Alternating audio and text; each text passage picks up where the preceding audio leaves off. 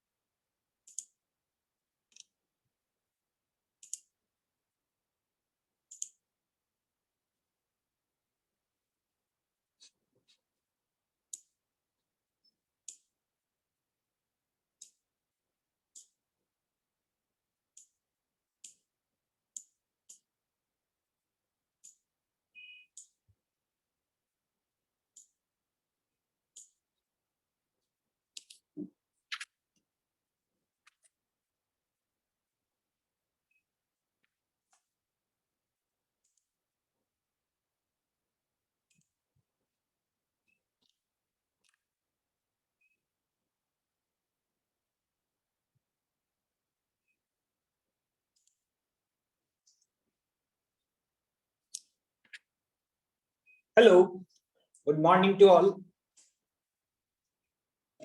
कैसे हैं आप सभी लोग? जय हिंद, जय श्री कृष्णा। मेरी आवाज एकदम बुलंद सभी लोगों तक पहुंच पा रही है? My voice is clear to all of you? Okay, screen is visible.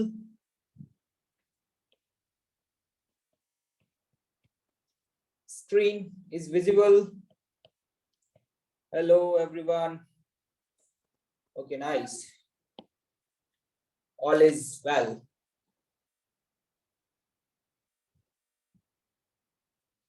तो चलिए आज का सेशन स्टार्ट किया जाए।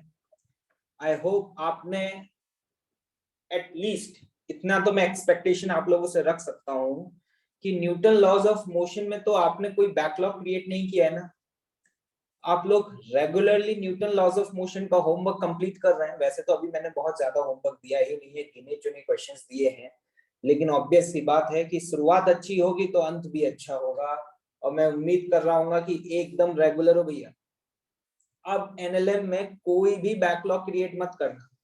काइनेमेटिक्स में अगर तुमसे कोई गलती से अनजाने में अगर कोई पाप हो गया तो कोई दिक्कत की बात नहीं है, लेकिन अगर एनएलएम में तुमने अगर गलती से भी कोई पाप कर दिया तो याद रखना उसका भुगतान तुम्हें पूरे साल फिजिक्स में करना पड़ेगा।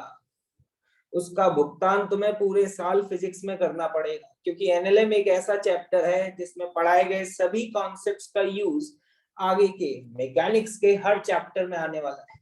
मतलब हम यहाँ पे जो फ्री बॉडी डायग्राम बना रहे हैं, न्यूटन्स लॉ लगा करके इक्वेशंस को सॉल्व कर रहे हैं, यही सेम कॉन्सेप्ट अगले फिजिक्स के 5 to 6 चैप्टर में यूज होगा। तो आप इस बात का विशेष ध्यान रखिएगा। आज 10 अगस्त है। It was the last date for your backlogs. भैया अभी भी किसी का बैकलॉग रह गया है तो मेरी तरफ से तो उसे क्षमा किया ही नहीं जाएगा।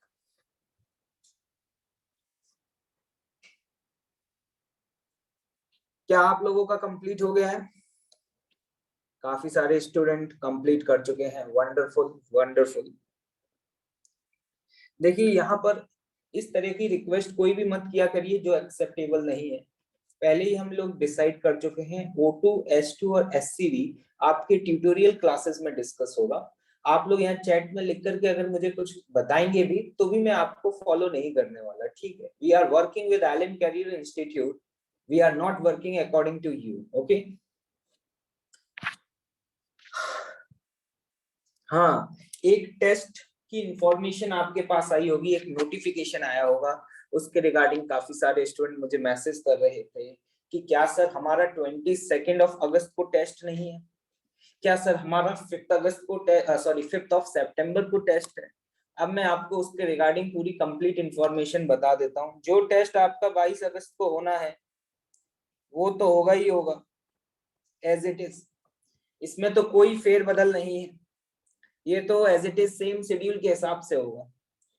5 सितंबर को जो टेस्ट होने वाला है, आपने देखा होगा कि वहां पे ACT लिखा हुआ है। ACT का मतलब होता है all India common test. ACT में क्या होगा कि एलिन के जितने भी ऑल ओवर इंडिया सेंटर्स हैं, जितने भी डिफरेंट फेजेस हैं, सभी स्टूडेंट इस टेस्ट को देंगे जो कि 5 सितंबर को होगा, ठीक है? It is common to all phase, चाहे आपका फेज 1 है, चाहे 2 है, चाहे 3 है, चाहे आप कोटा सेंटर पर हैं या फिर अदर सेंटर्स पर हैं एलिन के, इन सभी का ये कॉमन टेस्ट होगा, ACT जिसका नाम होता है, ठीक है? और ऑब्वियस सी बात है उन फेजेस का टेस्ट होगा जिसमें न्यूटन लॉज ऑफ मोशन तक कंप्लीट हो चुका होगा, और हम तो तब तक ऑब्वियस सी बात है कंप्लीट कर चुके होंगे, ठीक है? क्लियर है बात? तो ये जो 22 अगस्त को जो टेस्ट है वो तो एज इट इज आपका जो टेस्ट जिस पैटर्न में होते हैं उसी तरीके का टेस्ट है, और 5 सितंबर को आपका ACT होगा। इसके लिए कोई टेंशन लेने की जरूरत नहीं है, बिंदास तरीके से पढ़ते रहिए, एलिन में टेस्ट तो होते रहेंगे, टेस्ट देते रहिए, एनालिसिस करते रहिए और आगे बढ़ते रहिए, ठीक है? चलिए स्टार्ट किया जाए।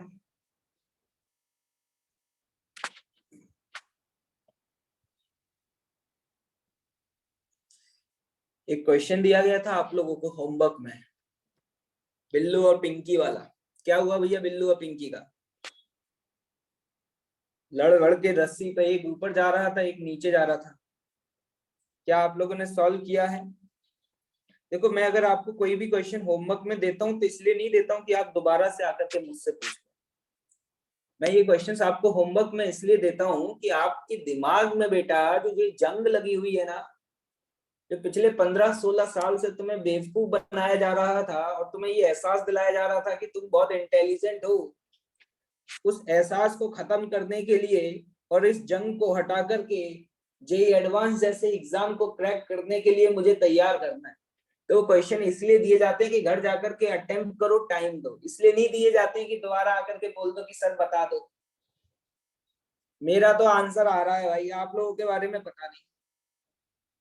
भैया NLM कर रहे हो ना, अगर आप न्यूटन लॉज ऑफ मोशन मेरे हिसाब से चलेंगे तो आपका कल्याण हो जाएगा फिजिक्स में। 6 महीने बाद आप आकर के खुद कहेंगे गुरु जी आप अपनी शरण में ले लो, आपकी वजह से आज मेरा फिजिक्स बहुत स्ट्रांग है। अगर मेरे बताए हुए अनुसार आप उन इंस्ट्रक्शंस को फॉलो नहीं करेंगे तो सत्य वचन बता रहा हूं बेटा, मैं आपकी मदद नहीं कर पाऊंगा, मैं आपकी मदद नहीं कर पाऊंगा अगर आपने मेरे बताए हुए इंस्ट्रक्शंस को, मेरे बताए हुए एडवाइजेस को फॉलो नहीं किया, ठीक है? अगले 6 महीने, 6 भी मत, 4 से 5 महीने तक बस फॉलो अप कर लो, उसके बाद तो सब कुछ अपने आप हो जाएगा। चलिए देखते हैं आप लोगों का आंसर क्या आ रहा है। मेरे पास जो आंसर दिया हुआ है मैं आपको बता देता हूँ, मैच करिएगा, क्या आपका भी यही आंसर आ रहा है? T1 की वैल्यू कितनी आ रही है भाई? T1 की वैल्यू 1100 न्यूटन आ रही है, T2 की वैल्यू 200 न्यूटन आ रही है शायद, और T3 का वैल्यू 0 आ रहा है। These are the answers of a given question. कोई है भाई माइकल लाल जिसके आंसर सही आ रहे हैं? क्या बात है, क्या बात है। आजकल छोरे छोरियां सब पढ़ना शुरू कर दिए हैं, वाह भाई वाह, बहुत अच्छा लग रहा है देखकर। तुम लोग झूठ तो नहीं बोलते हो कि सर को कॉन्फिडेंट करने के लिए यस यस सर मेरा यही आ रहा है, मेरा यही आ रहा है? झूठ मत बोलना, बता दिया। बद्दुआ लगेगी, बद्दुआ मैंने बता दिया। अगर कोई चैट में झूठ लिखेगा या मेरे से झूठ बोलेगा, जेई एडवांस तो बहुत बड़ी बात है बेटा, चपरासी का भी एग्जाम क्वालिफाई नहीं कर पाओगे, बता दिया। अगर मुझसे झूठ बोला तो बद्दुआ लगेगी, याद रखना। मुझसे सच बोलना, अगर आंसर आया तो यस, नहीं आया तो नो। सिंपल सी बात है। मेरे सामने अपने आप को जेम्स बॉन्ड बनने की क्या जरूरत है, ज्यादा फैंटम नहीं बनना है, जो है सो है, ठीक है। कुछ स्टूडेंट्स ने अपने वीडियोस को ऑन किया हुआ है, तो मेरी उन स्टूडेंट से रिक्वेस्ट है कि कृपया करके अपने वीडियोस को ऑफ कर लें, क्योंकि उससे क्या हो रहा है कि अदर जो स्टूडेंट्स हैं जिनके यहाँ पे थोड़ा सा कनेक्टिविटी इशू है, उनको थोड़ा सा क्लासेस अटेंड करने में प्रॉब्लम हो रही है। और अभी आपको पता भी है फ्लड आया हुआ है, तो कुछ पर्टिकुलर लोकेशंस में वेदर बहुत ज्यादा खराब है, जिसकी वजह से कनेक्टिविटी इशू भी बहुत ज्यादा है, ठीक। तो मैं नहीं चाहता कि किसी भी स्टूडेंट का लॉस हो, ठीक है। तो मेरी स्टूडेंट से रिक्वेस्ट है कि वो लोग अपने वीडियोस को ऑफ कर दें, ठीक है। शुरुआत की जाए भाई। जरा गेम देखें बिल्लू और पिंकी का क्या रहा। ये सवाल बड़ा ही इंपॉर्टेंट है, ध्यान से देखिएगा कि न्यूटन्स लॉ को कैसे लगाया जाता है। तो देखिएगा, सबसे पहले मैं पिंकी की बात करूं क्या। एक बात बताएं, पिंकी का एक्सेलरेशन क्या डाउनवर्ड डायरेक्शन में 5 मीटर पर सेकंड स्क्वायर दिया है। पिंकी के ऊपर जो रस्सी है उसमें है टेंशन T2, और पिंकी के नीचे जो रस्सी है उसमें है टेंशन T3। पिंकी का एक्सेलरेशन डाउनवर्ड डायरेक्शन में 5 है। देखिएगा जरा ध्यान से, पिंकी पे फोकस करिएगा, सिर्फ पिंकी पे फोकस करिएगा भाई, बिल्लू को भूल जाइए अभी। अब जरा एक बात बताएं, क्या इसका एक्सेलरेशन डाउनवर्ड डायरेक्शन में 5 है? इस पर कितने फोर्सेस हैं अगर मैं बात करूं, तो पिंकी के ऊपर वाली रस्सी में जो टेंशन फोर्स है वो T2, नीचे वाली रस्सी में जो टेंशन फोर्स है दैट इज T3, और एक और फोर्स लग रहा होगा mg। mg लगना तो नहीं भूलेंगे, mg लगाएंगे या नहीं लगाएंगे, mg भी लगेगा। और डाउनवर्ड डायरेक्शन में एक्सेलरेशन क्या होगा, 5। डाउनवर्ड डायरेक्शन में एक्सेलरेशन क्या होगा बेटा, 5। मैंने उस दिन एक बात बताई थी, देखो इक्वेशन न्यूटन सेकंड लॉ लगाने के दो तरीके होते हैं। पहला तरीका तो ये होता है, आप किसी एक डायरेक्शन को पॉजिटिव मान लें और दूसरे डायरेक्शन को नेगेटिव मान लें। मान लो मैं यहाँ पर इस तरीके से, देखो मैं दोनों तरीके से बता देता हूँ आपको। मान लो मैं अपवर्ड डायरेक्शन को पॉजिटिव मानता और बेटा डाउनवर्ड डायरेक्शन को नेगेटिव मानता, तो मैं इक्वेशन कैसे लिखता, T2 ऊपर वाला फोर्स माइनस नीचे वाला फोर्स, ये समझ आ रहा है, बराबर मास इंटू एक्सेलरेशन। और एक्सेलरेशन क्या लिखता है यहाँ पे, -5। -5 क्यों लिखा, ये क्लियर है आप लोगों को? -5 क्यों लिखा, क्या ये बात क्लियर है आप लोगों को? या तो ये तरीका है लिखने का, दूसरा तरीका क्या है, मैं यहाँ पे इक्वेशंस कैसे लिखता हूं, मैं इस तरीके से नहीं लिखता, ठीक है। मैं किस तरीके से लिखता हूं, मैं कहता हूं जिस डायरेक्शन में एक्सेलरेशन है उस डायरेक्शन में लगने वाले फोर्सेस को पॉजिटिव मान लो और उसके अपोजिट लगने वाले फोर्सेस को नेगेटिव मान लो। जैसे यहाँ पे डाउनवर्ड डायरेक्शन में जो फोर्स लग रहा है वो है 400 + T3, और अपवर्ड डायरेक्शन में जो फोर्स लग रहा है वो है T2। तो आप देखें ऐसे इक्वेशन लिखें या इस तरीके से इक्वेशन लिखें, दोनों केस में आपकी इक्वेशन सेम आ रही है। लेकिन आपने यहाँ पे एक बात ऑब्जर्व करी होगी कि मैंने T3 की वैल्यू को 0 लिख दिया। आप यहाँ पे देख पा रहे होंगे कि मैंने यहाँ पे T3 की वैल्यू को 0 लिख दिया। कुछ स्टूडेंट्स को ये बात समझ नहीं आ रही है, ये T3 की वैल्यू 0 क्यों है, क्या कोई बता पाएगा? क्योंकि इस पिंकी के नीचे क्या कोई मास हैंग कर रहा है क्या? इस पिंकी के नीचे कोई मास है क्या? नहीं है। और रस्सी कैसी है, जल्दी बताओ, क्या हम आइडियल स्ट्रिंग्स के बारे में बात कर रहे हैं? और आइडियल स्ट्रिंग का मतलब क्या रस्सी मासलेस है बेटा? क्या रस्सी मासलेस है मेरे गरीब भाई बंधुओं? तो एक सिंपल सा फंडा आपको समझ में आ रहा है, जब नीचे कोई भी मास नहीं है, मासलेस है, तो गारंटी है यहाँ पे T3 की वैल्यू 0 हो जाएगी। बिल्लू भाई साहब कहते हैं कि कल तो आपने वहां पे वैल्यू 0 नहीं ली थी। मैंने कहा सवाल देखो, कल आपने इससे पहले जो सवाल सॉल्व किया है वहां पे आपने देखा होगा नीचे क्या रस्सी पे एक मास हैंग कर रखा था।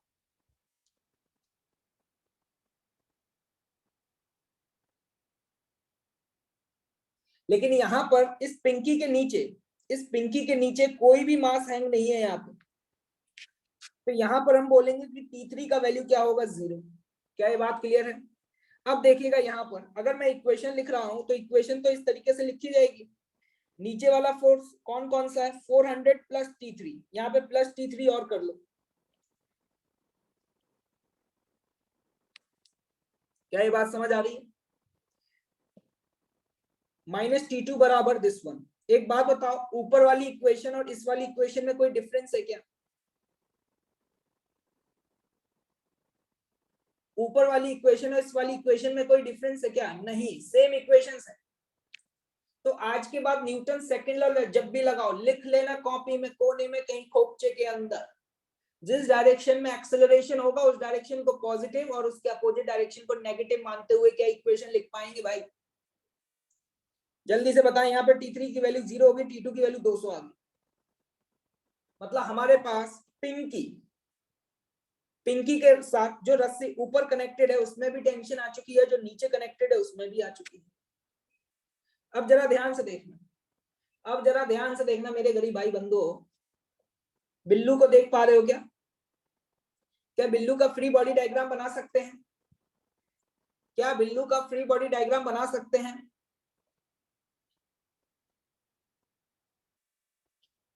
चलिए बिल्लू का फ्री बॉडी डायग्राम बनाया तो देखिएगा T1 ऊपर T2 नीचे और एक उसका mg। क्या हम बिल्लू के लिए इक्वेशन लिख पाएंगे?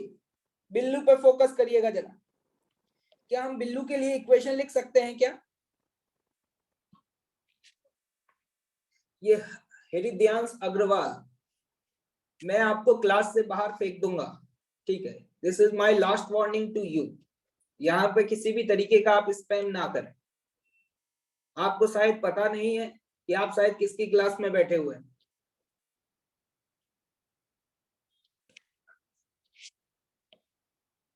तो मेरे पास हर स्टूडेंट की पूरी लिस्ट है। कल मैंने पूरी लिस्ट देखी है, कौन स्टूडेंट कितने बजे ज्वाइन करता है, कितने बजे एग्जिट करता है, कौन एब्सेंट है, किसने कितने मैसेज किए, कौन कौन से मैसेज किए, पूरा रिकॉर्ड है मेरे पास। और वो आपको मैं टेलीग्राम पे भेज भेज के दिखा दूंगा। और आप लोग तैयार मत करिए, आपके लिए पूरा एक मेल ड्राफ्ट किया जा रहा है जो कि आपके पेरेंट्स को भेजा जाएगा, जिसमें आपके पूरे सेशन की आपने कितनी क्लासेस अटेंड करी, कितनी देर क्लासेस अटेंड करी। क्योंकि कुछ स्टूडेंट्स तो ऐसे हैं कि क्लास अटेंड करते हैं 10 मिनट के अंदर गायब हो जाते हैं, उनको लगता है अटेंडेंस लग गई। सब लोगों की लिस्ट है, चिंता मत करो, तुम चिंता मत करो, तुम्हारे सारे रिकॉर्ड्स तुम्हारे पेरेंट्स को भेजे जाएंगे, ठीक है? तुम्हारे पेरेंट्स को भी तो पता चलना चाहिए कि उन्होंने अपने बच्चों का एडमिशन इतने बड़े इंस्टीट्यूट में कराया है और वो इस उम्मीद में कराया है कि वो लोग बहुत मेहनत कर रहे हैं। पता नहीं, कुछ पेरेंट्स को तो मुझे मतलब बोलना नहीं चाहिए, पता नहीं उन्होंने इतने बड़े इंस्टीट्यूट की इतनी फी कैसे पे की होगी कि वो आपके ख्वाबों को पूरा करने के लिए हर संघर्ष कर रहे हैं और आप यहाँ पर बैठ करके इस तरीके से टाइम पास कर रहे हैं। देखिएगा ध्यान से, बिल्लू को देखिएगा ध्यान से। बिल्लू पे ऊपर वाली रस्सी में टेंशन T1, नीचे वाली रस्सी में टेंशन T2। क्या हम इसके लिए इक्वेशन लिख पाएंगे? T1 minus T2 minus mg बराबर m इंटू ए। T2 की वैल्यू हम निकाल चुके हैं, यहाँ से हम यहाँ सब्स्टिट्यूट कर देंगे, we will get the answer. Clear? तो यहाँ से हमारे पास T1 T2 सभी की वैल्यू आ जाएगी। सिंपल सा फंडा ये है, जिस डायरेक्शन में एक्सेलरेशन है उस डायरेक्शन के फोर्स को पॉजिटिव मानते हुए इक्वेशन लिखो, you will get the answer. Clear? ये बात आप लोगों को क्लियर हो गई है कि मैंने यहाँ पे T3 की वैल्यू को 0 क्यों लिया था? क्योंकि पिंकी के नीचे जो भी रस्सी आप देख पा रहे हैं, पिंकी के नीचे जो भी रस्सी इस इंस्टेंट पे आपको दिखाई दे रही है, इस रस्सी के नीचे कोई भी मास हैंग नहीं है। इस रस्सी के नीचे कोई भी मास हैंग नहीं है, पहली बात। और दूसरी बात, रस्सी कैसी है? आइडियल है। रस्सी कैसी है? आइडियल है, मतलब मासलेस। कंबोज साहब दिमाग का यूज करें थोड़ा सा। इस दिमाग में कद्दू भरा हुआ है क्या तुम्हारे? सड़ गया उस कद्दू को बाहर निकालो, बादाम खाया करो थोड़े से। Now come to the next topic. Now come to the next topic, tension in the heavy string. अभी तक आपने आइडियल स्ट्रिंग्स की बात करी थी बेटा, कैसी? आइडियल। अब मैं आइडियल नहीं रियल स्ट्रिंग्स की बात करने जा रहा हूं जिनका खुद का मास होगा। जैसा कि आप हेडिंग पढ़ पा रहे हैं, tension in heavy strings. Heavy strings का मतलब समझ रहे हैं? ऐसी स्ट्रिंग्स जिनका खुद का मास है। जैसे कि आप यहाँ ध्यान से देखिएगा, क्या आप यहाँ पे देख पा रहे हैं? यहाँ पे एक रस्सी है, ठीक? इस रस्सी को मैंने बनाया हुआ है, ठीक, इस रस्सी का जो टोटल मास है वो मान लेते हैं 10 केजी है। कितना है? इस रस्सी का टोटल मास है 10 केजी और इस रस्सी की जो टोटल लेंथ है बेटा वो सपोज है 5 मीटर। कितनी है रस्सी की टोटल लेंथ? 5 मीटर। अब आप ध्यान से देखना, इस हैवी स्ट्रिंग पर इस एंड पे मैंने फोर्स लगाया 100 न्यूटन। कितना फोर्स लगाया? 100 न्यूटन। अब मैं यहाँ पे 2 पॉइंट कंसिडर करने जा रहा हूं, जैसे कि एक पॉइंट ए यहाँ पर और एक पॉइंट बी यहाँ पर। ठीक, पॉइंट ए की जो दूरी है वो इस एंड से 1 मीटर है। सवाल को ध्यान से सुनते रहिएगा, नोट करते रहिएगा, क्योंकि इस तरीके के सवाल आपसे बहुत पूछे जाते हैं, इंपॉर्टेंट बहुत है, मेरी बातों को ध्यान से सुने। ये पॉइंट ए जो है वो है यहाँ से 1 मीटर की दूरी पर, और बेटा जो पॉइंट बी है, बी, वो है यहाँ से सपोज 3 मीटर की दूरी पर। ठीक, आपसे सवाल क्या पूछा गया? Find T A and T B. T A and T B का मतलब आप समझ पा रहे हैं? टी ए का मतलब है पॉइंट ए पर टेंशन फोर्स। पॉइंट ए कितनी दूरी पर है? 1 मीटर की दूरी पर है यहां से। और टीबी का मतलब है पॉइंट बी पर टेंशन फोर्स, जो कि यहां से 3 मीटर की दूरी पर है। ठीक है, हैवी स्ट्रिंग है लेकिन इनएक्सटेंसिबल है। ठीक है, मास तो है लेकिन इसकी लेंथ चेंज नहीं होगी। ठीक है, आप ये मान करके चलिए इसका मास है लेकिन स्ट्रिंग कैसी है? इनएक्सटेंसिबल है। ठीक, और साथ ही साथ ये भी बता देता हूं, ये जो स्ट्रिंग है वो यूनिफॉर्म है, यूनिफॉर्म स्ट्रिंग है। यूनिफॉर्म स्ट्रिंग का मतलब क्या हुआ कि पूरी की पूरी रस्सी सेम मटेरियल से बनी हुई है, मतलब एक जैसी थिकनेस है। ऐसा नहीं है कि शुरुआत में पतली हो, बाद में मोटी हो, फिर पतली हो, फिर मोटी हो, इस तरीके का नहीं। ठीक है, पूरी की पूरी स्ट्रिंग यूनिफॉर्म। अब सवाल शुरू होता है। देखिएगा, मैं आपको सबसे पहले बेसिक स्टेप बताऊंगा। एक बात बताऊंगा, ध्यान से सुन लीजिएगा, सारे सवाल हो जाएंगे एक चुटकी में। जब भी इस तरीके का सवाल आए, फर्स्ट स्टेप, इस स्ट्रिंग का आप एक्सेलरेशन फाइंड कर लो। क्या आप इस स्ट्रिंग का एक्सेलरेशन फाइंड आउट कर पाएंगे? योर फर्स्ट स्टेप की एक्सेलरेशन फाइंड आउट करें। बताओ, टोटल एक्सटर्नल फोर्स कितना है? 100 न्यूटन। टोटल मास कितना है? 10 केजी। क्या मैं बोल सकता हूं कि जो एक्सेलरेशन ऑफ अ स्ट्रिंग होगा वो होगा net external force divided by the total mass? मेरे हिसाब से एक्सेलरेशन आ गया 10 मीटर पर सेकंड स्क्वायर। क्या एक्सेलरेशन आ गया? अब अगला स्टेप, आपको जिस पॉइंट पर टेंशन फोर्स फाइंड आउट करना है, सुन लीजिएगा। जैसे कि आपको ए पॉइंट पर टेंशन फोर्स फाइंड आउट करना है, तो जनाब पता है क्या करो? जिस पॉइंट पर टेंशन निकालनी है वहां से रस्सी को काट दो। रस्सी को जैसे ही काटा तो एक बात बताओ, रस्सी कितने टुकड़ों में टूट गई? 2 टुकड़े हो गए। ये 3 कौन कर रहा है भाई? कौन है ये लोग जो 3 टुकड़े कर रहे हैं यहां से काटने पर? कौन है भाई ये लोग? इनसे पूछो भाई, ये क्या खाते हैं भाई? कहां जंगलों से कौन सी जड़ी बूटियां खा रहे हैं? अगर हमने पॉइंट ए से इसको कट किया तो क्या रस्सी 2 पार्ट में टूट गई। अब इसके बाद क्या करो, या तो तुम इस वाले पार्ट का या फिर इस वाले पार्ट का फ्री बॉडी डायग्राम बनाओ। क्या करो? फ्री बॉडी डायग्राम बनाओ। जैसे कि मैंने यहां से काटने के बाद सपोज मैं राइट वाली स्ट्रिंग का फ्री बॉडी डायग्राम बना लेता हूं। किसका बेटा? राइट वाली स्ट्रिंग का। जरा ध्यान से देखिएगा,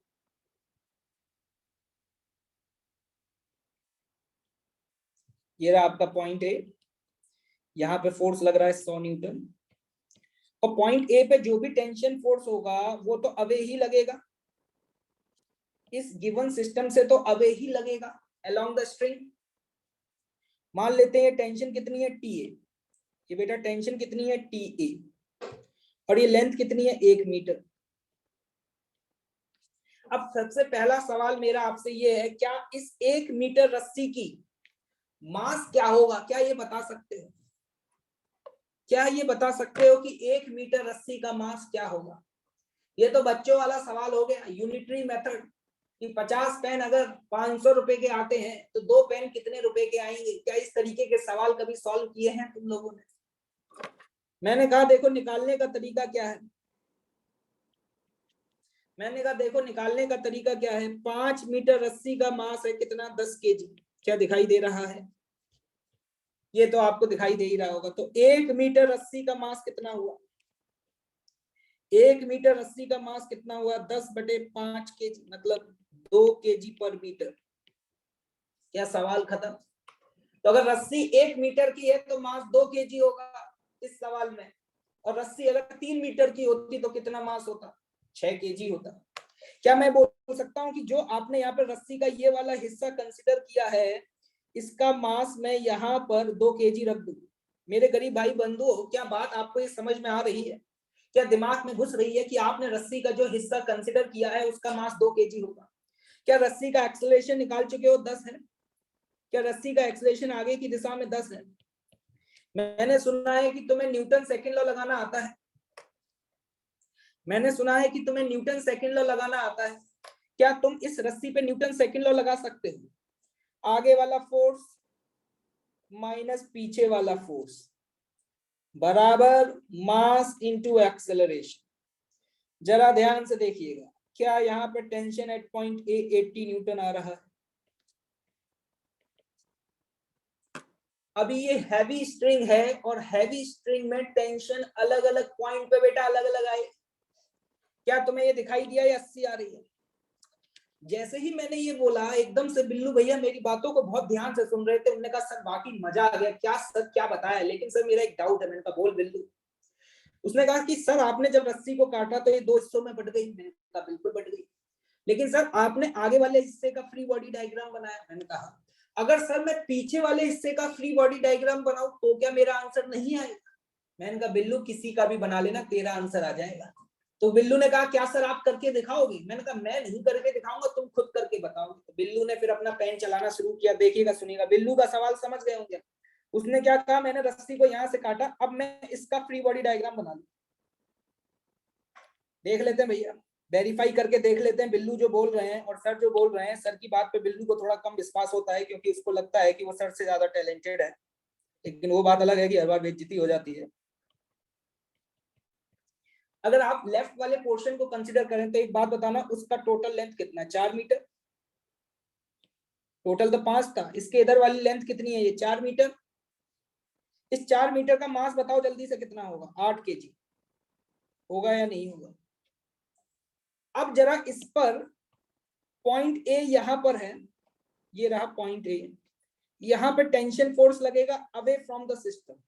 अभी आपका सिस्टम ये है, इस सिस्टम पे टेंशन कहां लगेगा? यहां से अवे, और इसको बोल दो टी ए। क्या इसके अलावा इस पूरे स्ट्रिंग पे और कोई फोर्स है बेटा?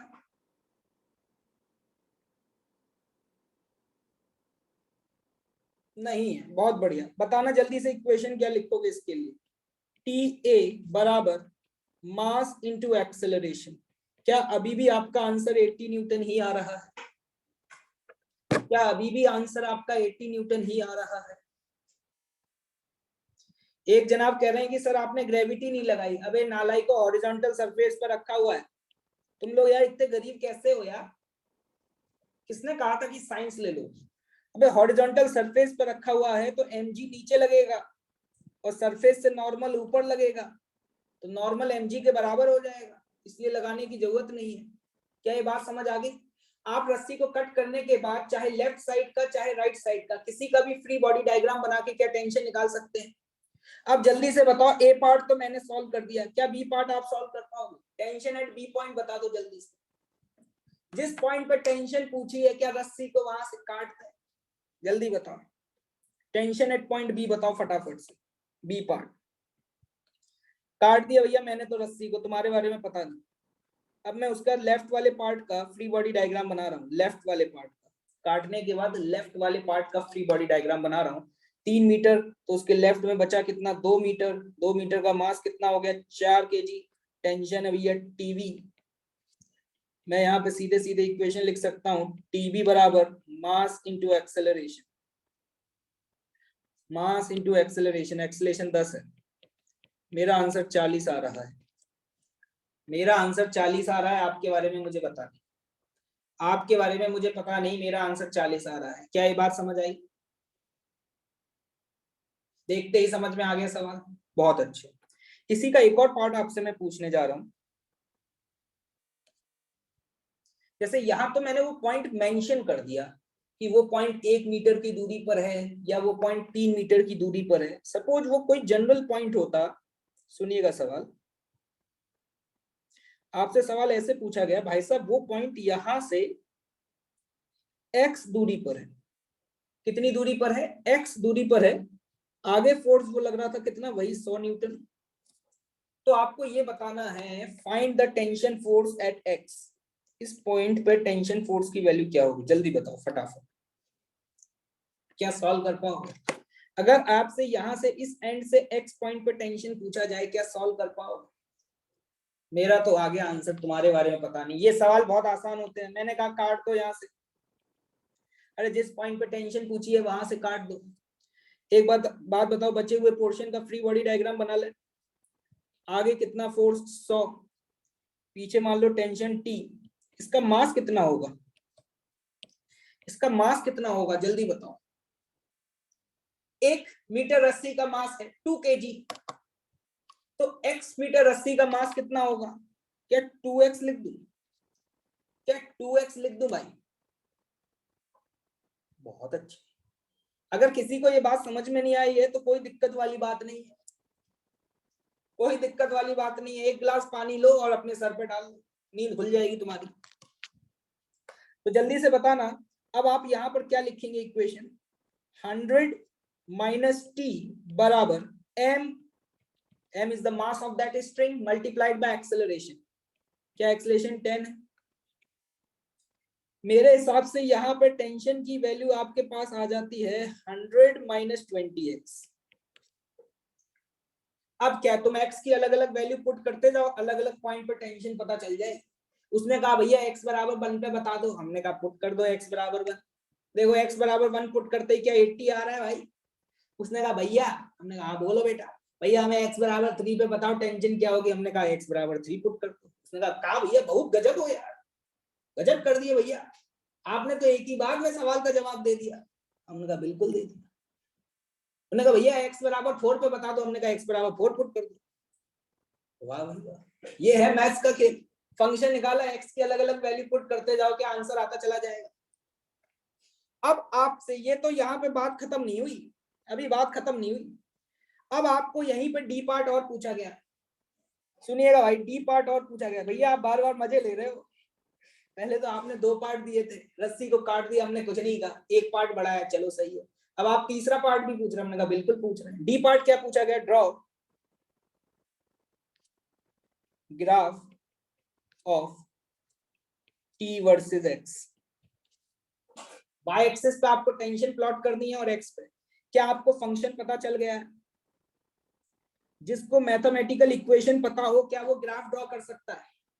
मैंने सुना है कि तुम्हारा मैथ्स बहुत स्ट्रांग रहा है पुराने टाइम में, और बात अलग है पुराने समय में। क्या ये बोल सकते हो ये y बराबर mx प्लस सी जैसी इक्वेशन दिख रही है? क्या बेटा ये तुम्हें स्ट्रेट लाइन दिख रहा है विद नेगेटिव स्लोप? तो जल्दी से आप लोग, हाँ जल्दी से अपना अपना ग्राफ बनाए भैया, मैं भी बना रहा हूँ, आप लोग भी बनाए, बताएं आपका ग्राफ कैसे बनेगा टी वर्सेस एक्स।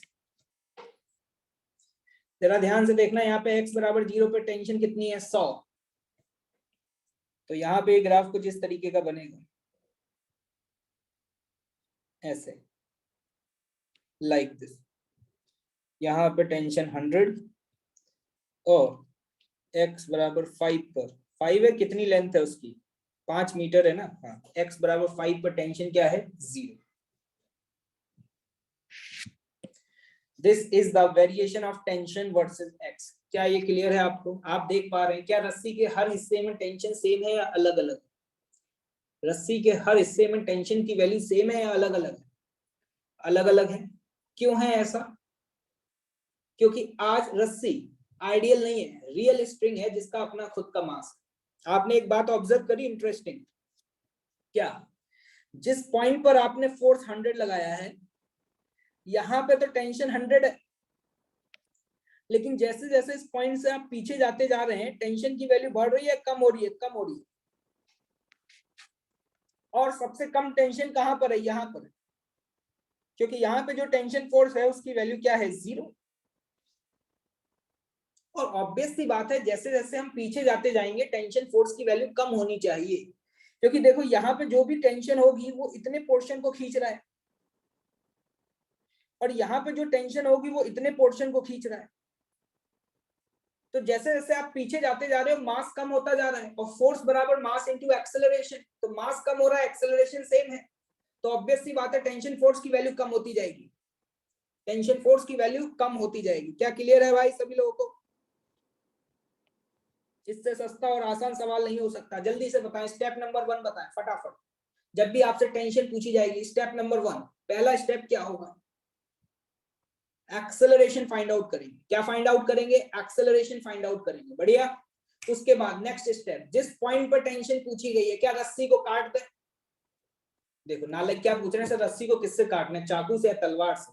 बेटा चाकू तलवार का तो पता नहीं, लेकिन तुम्हारा गला जरूर काट देंगे। नालायक, सवाल पे फोकस नहीं कर रहे हो तुम। जिस पॉइंट पे टेंशन पूछी जाए, जिस पॉइंट पे टेंशन पूछी जाए वहां से काट दो। उसके बाद उस रस्सी के या तो लेफ्ट या फिर राइट पार्ट का फ्री बॉडी डायग्राम बनाओ। क्या बनाओ? फ्री बॉडी डायग्राम बनाओ। इक्वेशन लिखो, क्या आंसर आ जाएगा?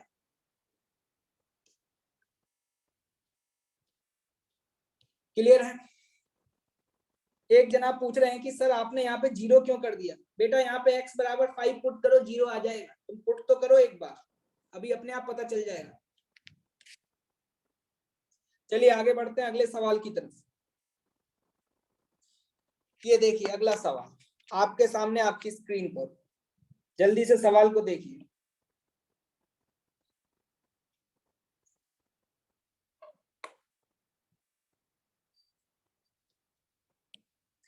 यहां पर बेटा एक 5 kg का ब्लॉक है जो एक हैवी स्ट्रिंग से कनेक्टेड है, हैवी स्ट्रिंग से। ठीक, यहां पर इधर फोर्स लग रहा है 50 न्यूटन, इधर फोर्स लग रहा है 25 न्यूटन। ये रस्सी का मास दिया हुआ है, रस्सी का मास कितना दिया हुआ है? 20 kg, और रस्सी की लेंथ दी हुई है 40 मीटर। कितनी दी हुई है रस्सी की length? 40 metre. Clear?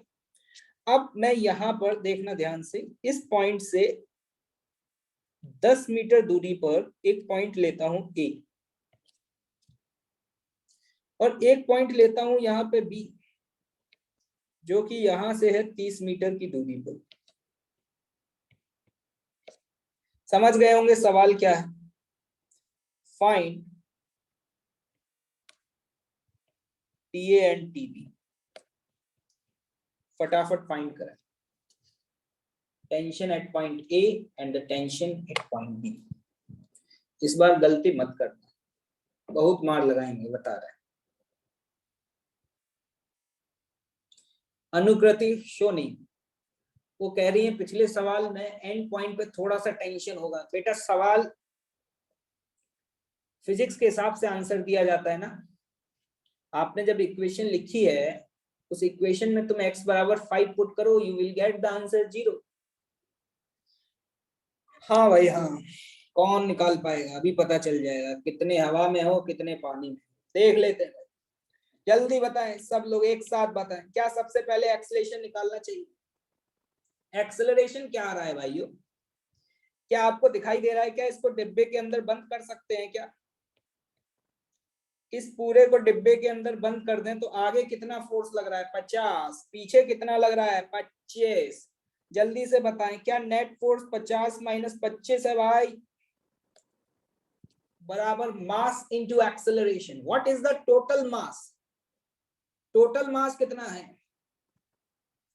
Total mass 20 नहीं है नालायको, 25 है। ये ब्लॉक का मास कौन गिनेगा? तुम्हारे चच्चा गिनेंगे क्या? तुम लोग यार बहुत गरीब हो यार। रस्सी का मास 20 है और ब्लॉक का मास 5 है, तो टोटल मास 25 हुआ ना भाई। 25 इंटू एक्सेलरेशन ऑफ रोप। मेरा तो 1 आ रहा है, तुम्हारा पता नहीं है क्या आ रहा है। चेक करो भैया क्या गलती की है। This is the acceleration, this is the acceleration of a rope. अब क्या करें? क्या पॉइंट ए पर टेंशन पूछी गई है, जिस पॉइंट पर टेंशन फोर्स पूछी है, क्या रस्सी को वहां से काट दें?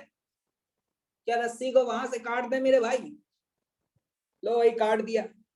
चलो अब क्या करें? क्या पीछे वाले पोर्शन का फ्री बॉडी डायग्राम बना लें? आप चाहें तो आगे वाले का भी बना सकते हैं, आप चाहें तो पीछे वाले का भी बना सकते हैं। बिल्लू भैया कह रहे हैं पीछे वाले का बना लो, आगे वाले का हम घर पे बना लेंगे। हमने कहा ठीक है बिल्लू भैया, पढ़ाई कर रहे हो तुम, इसका मतलब।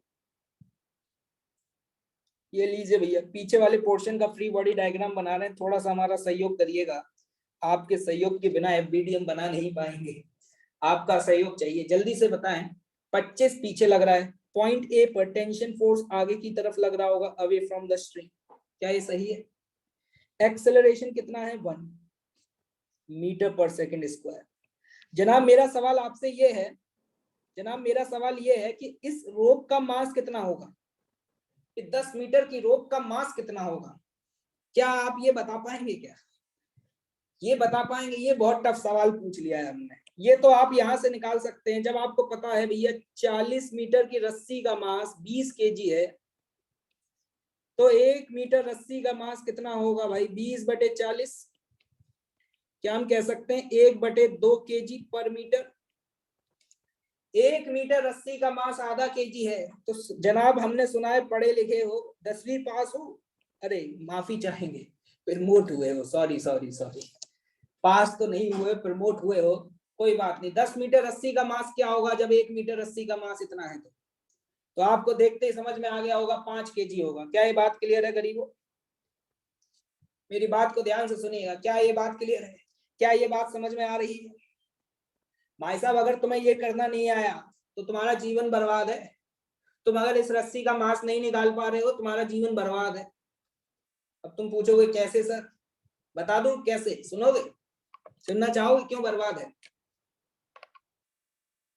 क्योंकि भाई साहब अगर तुम्हारा आईआईटी में सिलेक्शन नहीं हुआ तो तुमने तो ठेला लगाना है सब्जी का।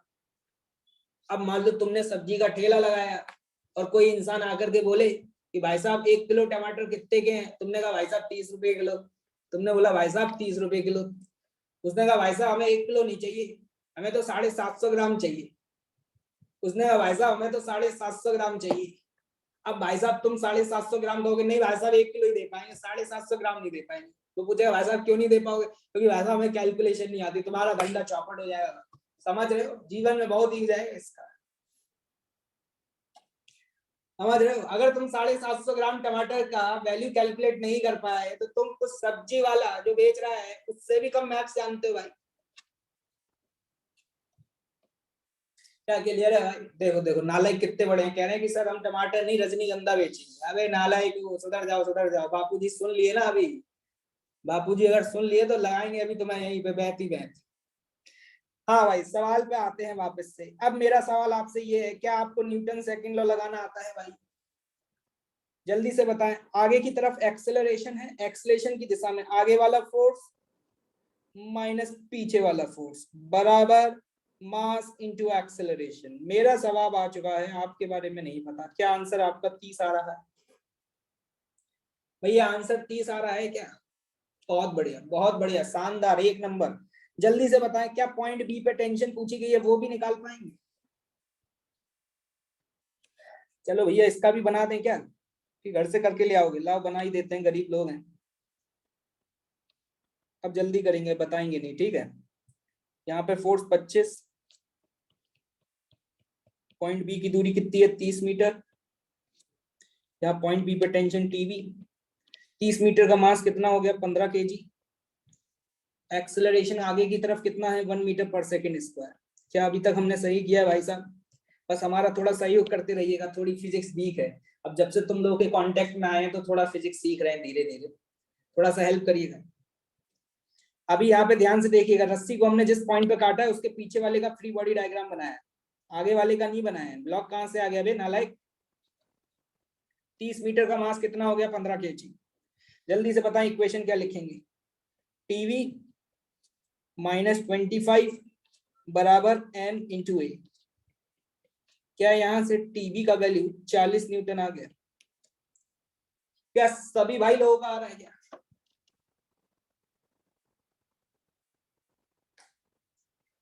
क्यों भाई, जितने भी लाल और लालियां हैं सभी का आंसर आ गया 40। ओहो, एक जनाब कह रहे हैं, एक जनाब कह रहे हैं कि सर आप इस वाले का बना के बता सकते हो क्या? आगे वाले का क्या तुम बता पाओगे? आगे वाले का बना के अगर कोई कहे कि मैं आगे वाले का बनाऊंगा तो बता पाओगे आंसर? देखना तुम्हारा सेम आ रहा है आंसर या अलग आ रहा है। आगे वाले का बना लेते हैं भाई, इनकी डिमांड है भाई, स्पेशल केस आया है ये डिमांड पर। आगे वाले का बना लेते हैं, लेकिन याद रखना आगे वाले के साथ फिर ब्लॉक भी आएगा 5 kg का।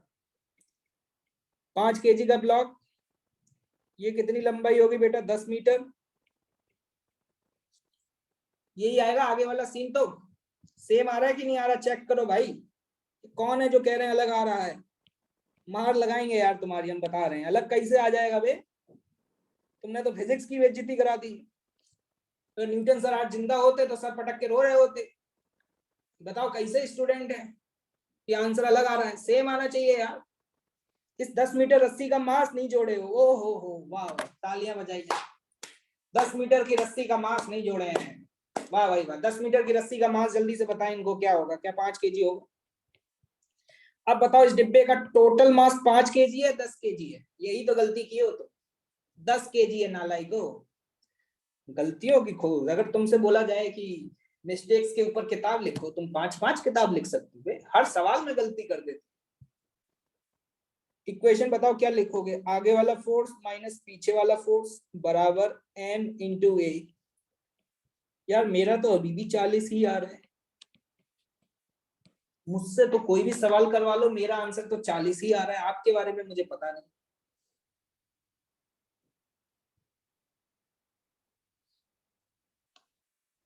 बेटा हम रो प्लस ब्लॉक का फ्री बॉडी डायग्राम बना रहे हैं, ठीक है? इस बात को ध्यान रखें।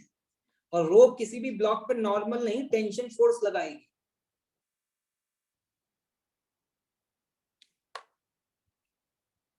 आगे बढ़ा जाए भाई।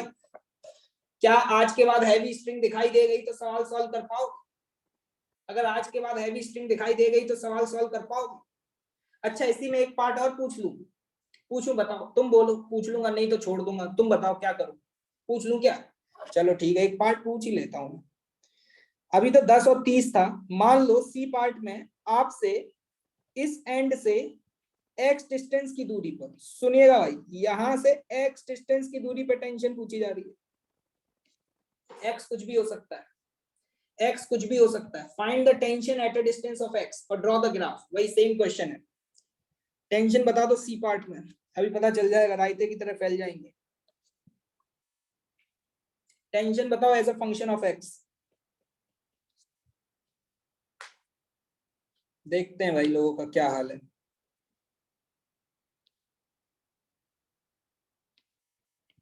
पीछे वाले का फ्री बॉडी डायग्राम बना लेते हैं। तुम लोग अपना करो, मैं अपना कर रहा हूँ। चीटिंग मत करो यार, अपना अपना करो।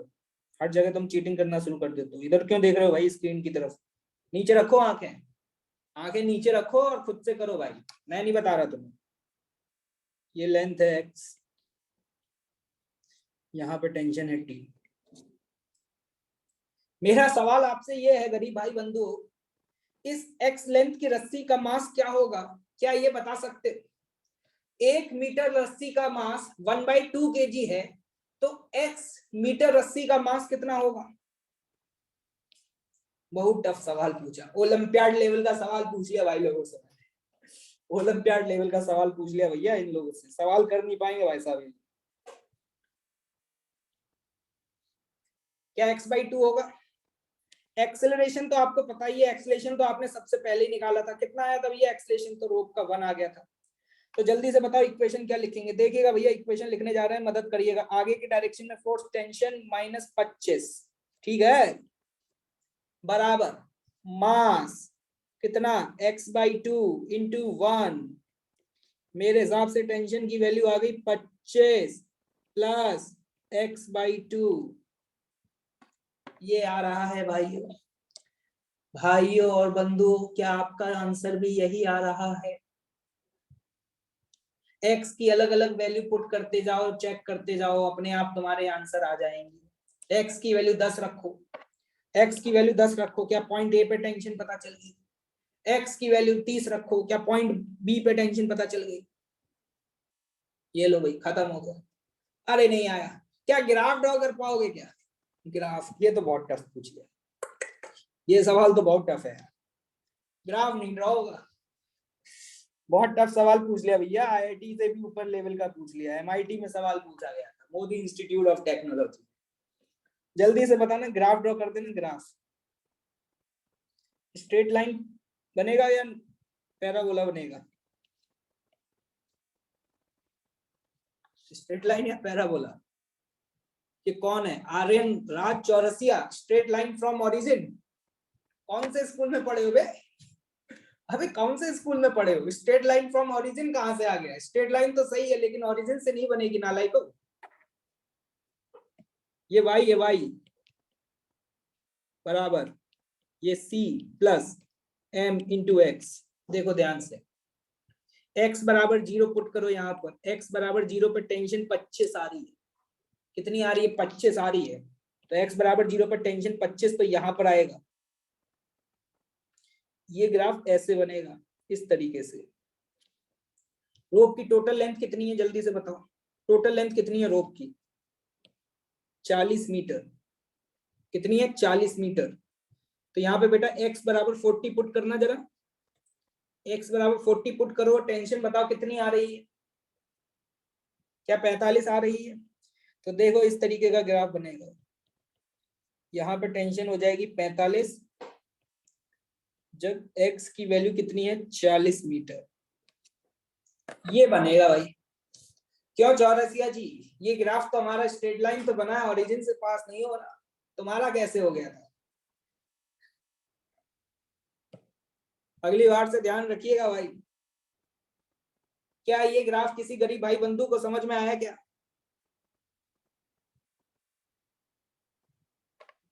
क्या ये ग्राफ किसी भाई बंधु को समझ में आया क्या?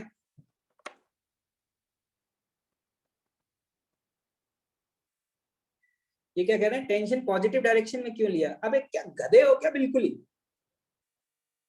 मैंने किसका फ्री बॉडी डायग्राम बनाया है? इतने का फ्री बॉडी डायग्राम बनाया है।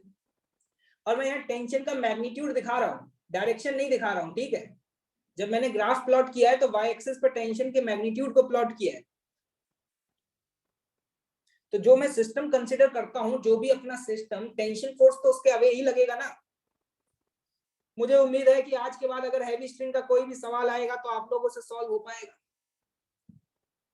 आगे बढ़ा जाए भाई लोगों। बहुत सस्ता सवाल है, सब लोग एक बार फटाफट क्विक रिवीजन करते हैं विद इन द 1 मिनट। जल्दी बताएं, हैवी स्ट्रिंग में क्या टेंशन जरूरी है हर पॉइंट पे सेम होगी?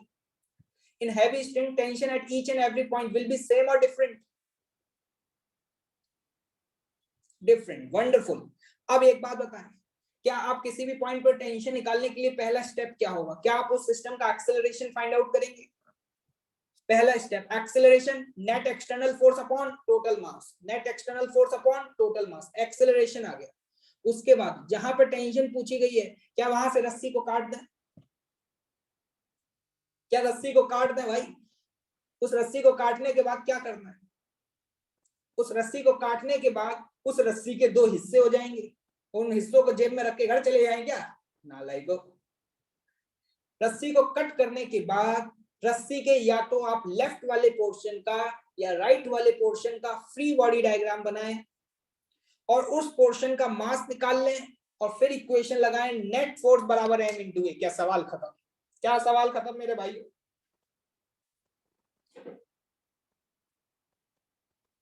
बहुत बढ़िया। ग्राफ इस तरीके का अगर कोई ग्राफ पूछा जाए, तो ये सवाल देखते ही छोड़ दोगे क्या? ग्राफ पूछा जाए तो क्या इक्वेशन बना पाओगे? बहुत बढ़िया, शानदार शानदार। चलिए अब हम अगले टॉपिक की तरफ बढ़ रहे हैं। This was the tension, the heavy string. Now the next topic is, क्या लिखा हुआ है ये? पुली। अब हमारा बेटा जो अगला टॉपिक है वो है पुली। पुली आप लोगों ने हो सकता है देखी भी हो। जैसे तो मैंने यहाँ पे गूगल से एक फोटो चेप दिया है, यहाँ पे देखें जैसे थोड़ी सी फील आए, ठीक है?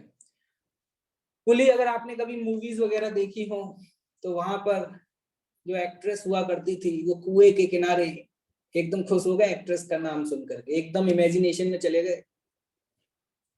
मूवीज वगैरह में देखा हो कि वो एक्ट्रेस, एक कुआं हुआ करता था बीच खेत में, वहां पर वो बाल्टी लेकर के पानी भरने आया करती थी और फिर इस तरीके का उस कुएं के ऊपर कुछ लगा होता था, उस पे इस तरीके से रस्सी लटकाई जाती थी।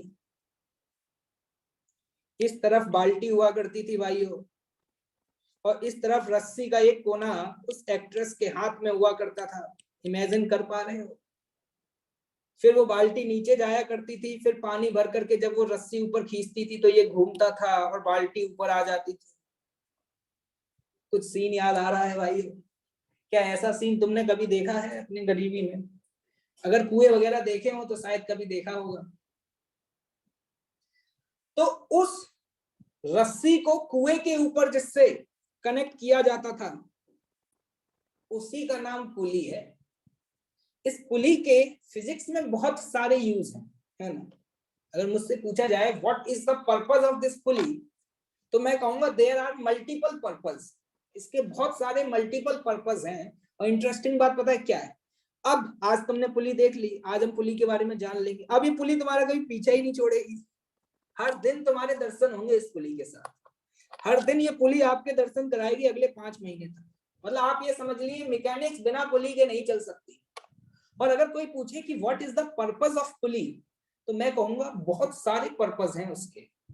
अगर आप मुझसे पूछना शुरू करेंगे और मैं गिनाना शुरू करूंगा तो गिनाते गिनाते हो सकता है शाम भी हो जाए और तब भी मैं आपको सारे पर्पस ना गिना पाऊं। ठीक है, तो पर्पस क्या है इस पे हमारा फोकस नहीं है अभी।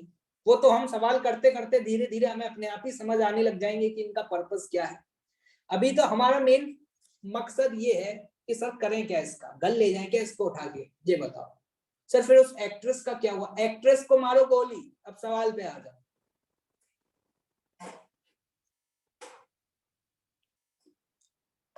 ठीक है, अब देखना ये पुली जिसका आप व्यू देख पा रहे हैं। ठीक है, यहाँ बीच में ये वाला जो आपको सेक्शन दिखाई दे रहा है बेटा, इस सेक्शन में क्या होता है, रस्सी लगाते हैं, रस्सी बांधते हैं ना। इस तरीके से यहाँ बीच वाले सेक्शन में क्या लगी होती है, रस्सी लगी होती है। अगर मैं इसका आगे वाला व्यू बनाऊं, ये तो मैंने आपको दिखाने के लिए इस तरीके से बना दिया है, लेकिन आपको किताबों वगैरह में जब भी एक पुली दिखाई देगी तो इस तरीके से नहीं कोई बनाएगा, है ना। आलसी लोग हैं, इतनी बड़ी पुली तो मैं खुद ना बना पाऊं, है ना। तो हम तो पुली को इस तरीके से बनाएंगे, लाइक दिस, फ्रंट व्यू ये। ठीक, मतलब अगर हम इसको फ्रंट से देखेंगे, फ्रंट से, तो ये हमें गोल सा चक्का दिखाई देगा, इसी को हम दिखाएंगे। ठीक, मतलब हम तो यही बनाएंगे, आलसी लोग हैं भाई, इतना बड़ा तो हम बना नहीं सकते। और अगर हम ये बना सकते तो हम साइंस के स्टूडेंट होते ही, फिर तो हम आर्ट्स ले लेते। तो हम तो आजकल पुली को इस तरीके से गोला करके बनाएंगे। ठीक है, और इस पुली के दोनों तरफ होगी रस्सी। क्या होगी भाई? रस्सी, मतलब इस तरीके से रस्सी होगी। अरे भैया ये क्या हो गया, बनाते जाइएगा। ठीक है, ये पूरी रस्सी एक ही है। ठीक, इंटरेस्टिंग बात क्या है, अभी इस चैप्टर में initially we are going to talk about the ideal pulley. जैसे आपको याद होगा हमने इनिशियली आइडियल स्प्रिंग के बारे में बात करी थी, उसी तरीके से हम आइडियल पुली के बारे में बात करेंगे। सर आइडियल पुली का मतलब क्या होता है? सुनिएगा, आइडियल पुली का मतलब होता है या तो मासलेस हो, मासलेस जिसका मास ना हो, या फिर दूसरा फ्रिक्शनलेस हो। सर फ्रिक्शनलेस का मतलब क्या हुआ, ये इंपॉर्टेंट बात है। अभी हम जिन पुलिस की बात करने जा रहे हैं उसमें हम बात कर रहे हैं फ्रिक्शनलेस पुलिस का। फ्रिक्शनलेस पुली होने का मतलब ये हुआ कि बेटा ये जो आपको दिखाई दे रहा है ना, जहां पर रोप, रस्सी और पुली एक दूसरे के कांटेक्ट में है, रस्सी और पुली एक दूसरे के कांटेक्ट में है, वहां पे फ्रिक्शन नहीं होगा। वहां पे फ्रिक्शन नहीं होगा, मतलब हम कह सकते हैं बिल्कुल स्मूथ होगा। या फिर हम कह सकते हैं ये दोनों हो, मतलब तीसरी कंडीशन बोथ। मतलब हम ये कह सकते हैं या तो अगर कोई आइडियल पुली है तो मासलेस हो सकता है, फ्रिक्शनलेस हो सकता है, या फिर ये दोनों हो सकता है, massless as well as frictionless. मतलब मासलेस हो, फ्रिक्शनलेस हो या दोनों हो, तो हम तो यही बोलेंगे आइडियल पुली है हमारे लिए। अब सवाल ये उठता है क्या सर रियल पुली हमारे सिलेबस में नहीं है? हाँ वो भी है, वो हम बाद में पढ़ेंगे जब हम रोटेशन चैप्टर में एंटर करेंगे ना, रोटेशनल मैकेनिक्स, वहां पर जाकर के हम रियल पुलिस के बारे में काफी डिटेल में पढ़ेंगे। लेकिन अभी तो हम जो चर्चा करने जा रहे हैं वो कौन सी पुलिस के बारे में करने जा रहे हैं? आइडियल पुलिस के बारे में। अब ध्यान से सुनिएगा, अब सवाल जब हम सॉल्व करेंगे, if nothing is mention, question में कुछ भी मेंशन नहीं है, सुन लीजिएगा, लिख लीजिएगा इस बात को, if nothing is mention in the problem, pulley के बारे में हमें बताया नहीं गया है कि वो आइडियल है या नहीं है, तो कुछ भी मेंशन नहीं है तो हम उसे आइडियल कंसिडर करेंगे। हम उसे क्या कंसिडर करेंगे? आइडियल कंसिडर करेंगे। जैसा कि मैंने आपको स्ट्रिंग के केस में बताया था कि मैं बार बार तो नहीं लिखूंगा कि string is ideal, string is massless. If nothing is mention तो बाय डिफॉल्ट आपने उस रस्सी को क्या माना था? आइडियल स्ट्रिंग माना था। पुली के बारे में ज्यादा कुछ लिखने की जरूरत नहीं, सीधे सीधे सवाल करेंगे तो हमें समझ में आ जाएगा। ठीक है, आप लोग तो याद रखें आइडियल का मतलब क्या हुआ? या तो मासलेस या फिर फ्रिक्शनलेस या फिर बोथ, दोनों। अब इंटरेस्टिंग बात सुनिएगा ध्यान से। आइडियल पुली में पता है क्या होता है? जैसे कि यहां पर ये पुली है, अब मैं यहां पर मान लो 2 मास हैंग कर दूं इस तरीके से, तो अभी ऑब्वियस सी बात है जो मास भारी है वो नीचे जाएगा, जो हल्का है वो ऊपर जाएगा। मेरा क्या कहने का मतलब है, समझाने का प्रयास करूंगा, समझने का कोशिश करिएगा, ध्यान से फोकस करिएगा, बातों को आपस में कनेक्ट करिएगा, आपस में विचार मिलने चाहिए भैया, तभी मजा आएगा। मैं आपसे ये कहूं, सपोज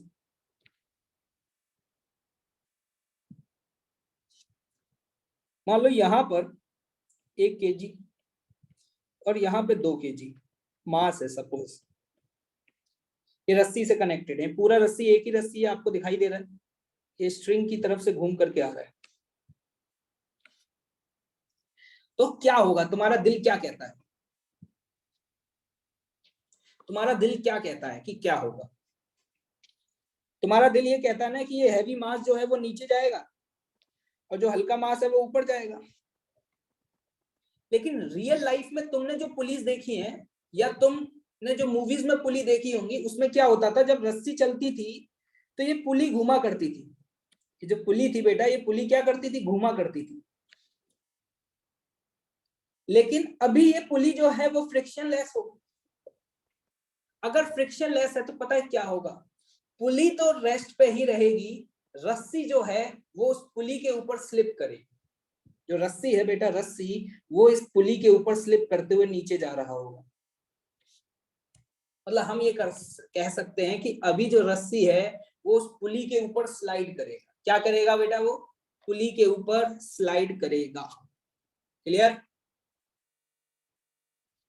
और इंटरेस्टिंग बात, इन आइडियल पुलीज देखिएगा, ध्यान से सुन लीजिएगा, अगर मैं ये कहूं कि यहाँ पे टेंशन T1 है, यहाँ पे टेंशन T1 है और रस्सी के इस तरफ टेंशन T2 है,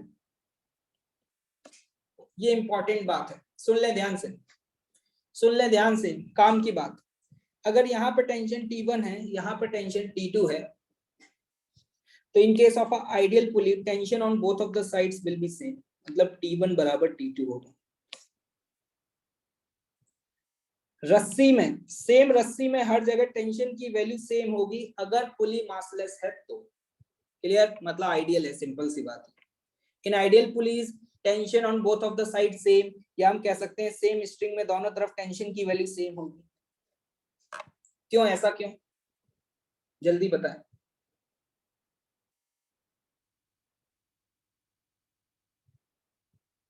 स्ट्रिंग तो ऑलरेडी आइडियल है, स्ट्रिंग की तो हम बात ही नहीं कर रहे, स्ट्रिंग तो आइडियल है ही नहीं। आइडियल स्ट्रिंग का मतलब ये नहीं हुआ कि दोनों तरफ टेंशन सेम हो जाएगी। एक्चुअली में आप देख पा रहे हैं पुली फ्रिक्शनलेस है, तो पुली यहाँ पर टेंजेंशियल डायरेक्शन में कोई भी फोर्स नहीं लगा रही। और मैंने बताया था along the string, along the string अगर कोई भी फोर्स नहीं लगता तो टेंशन हर जगह सेम होती है इन द सेम स्ट्रिंग। क्या याद आ रहा है? क्या आपको याद आ रहा है? मैंने आपको एक बात बताई थी, इन द सेम स्ट्रिंग अगर कोई भी टेंजेंशियल फोर्स नहीं लगता तो टेंशन सेम होती है। बस अब तुम्हें क्या याद रखना है आज के बाद? काम की बात, मुद्दे की बात। अगर कहीं आइडियल पुली लिखा हुआ है, कहीं आइडियल पुली लिखा हुआ है, तो इसका मतलब समझ जाना कि टेंशन दोनों तरफ सेम होगी, टेंशन दोनों तरफ सेम होगी। क्लियर? सर रीजन नहीं समझ आया। अश्विन सिन्हा बेटा, अब इसके लिए क्या है ना, आपको नोट्स पढ़ने पड़ते हैं। ठीक है, सर को जितना समझाना था सर समझा चुके हैं। सर ने ये बात आप लोगों को जब स्ट्रिंग पढ़ाया था वहां पे भी बताई थी। In the same string if there is no tangential force then tension along the string at each and every point will be same. जब रस्सी को पकड़ा था तब मैंने बताई थी ये वाली बात। और अगर आपको समझ नहीं आई है तो लीव इट, आगे बढ़ते हैं। तो आपको तो काम की मुद्दे की बात क्या है, अगर आइडियल पुली है, आइडियल पुली है, सिंपल सी बात, बस दिमाग में ये रखना, तो उस केस में tension on both of the side same होगा। ठीक है, आगे बढ़ते हैं। अब देखिए इस पे बेस्ड किस तरीके के सवाल पूछे जाते हैं वो हमारे लिए ज्यादा इंपॉर्टेंट है।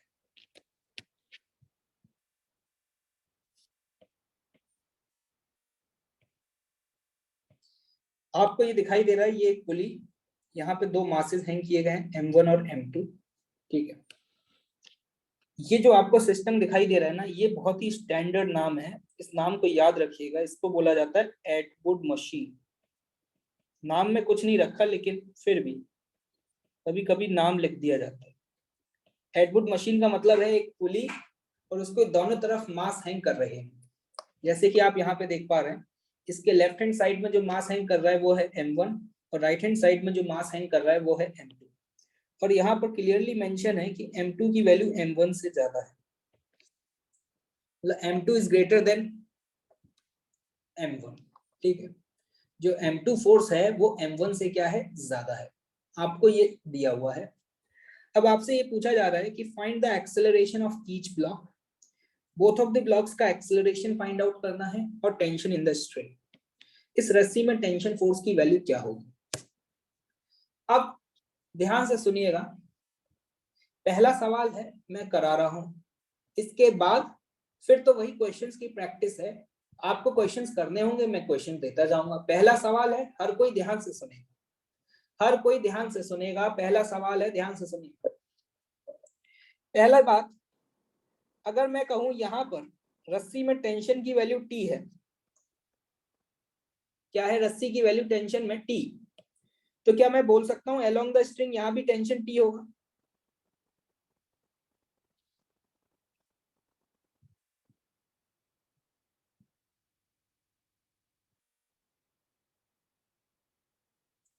क्या ये बात क्लियर है भाई? क्या साउंड नहीं आ रहा है क्या? आ तो रहा है। हाँ ठीक है, वीडियो नहीं आ रही कोई दिक्कत नहीं है, साउंड तो आ रहा है ना। एक मिनट रुकिएगा, देख लेता हूँ।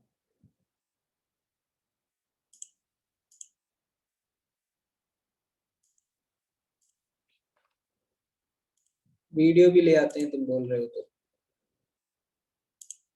तब तक नोट डाउन कर लो।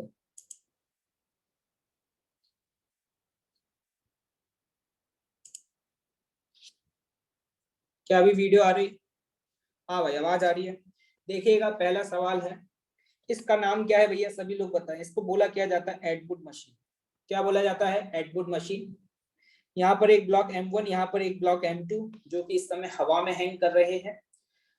M2 इज ग्रेटर देन आपको दिया हुआ है M1। हमसे क्या पूछा जा रहा है, acceleration of each block.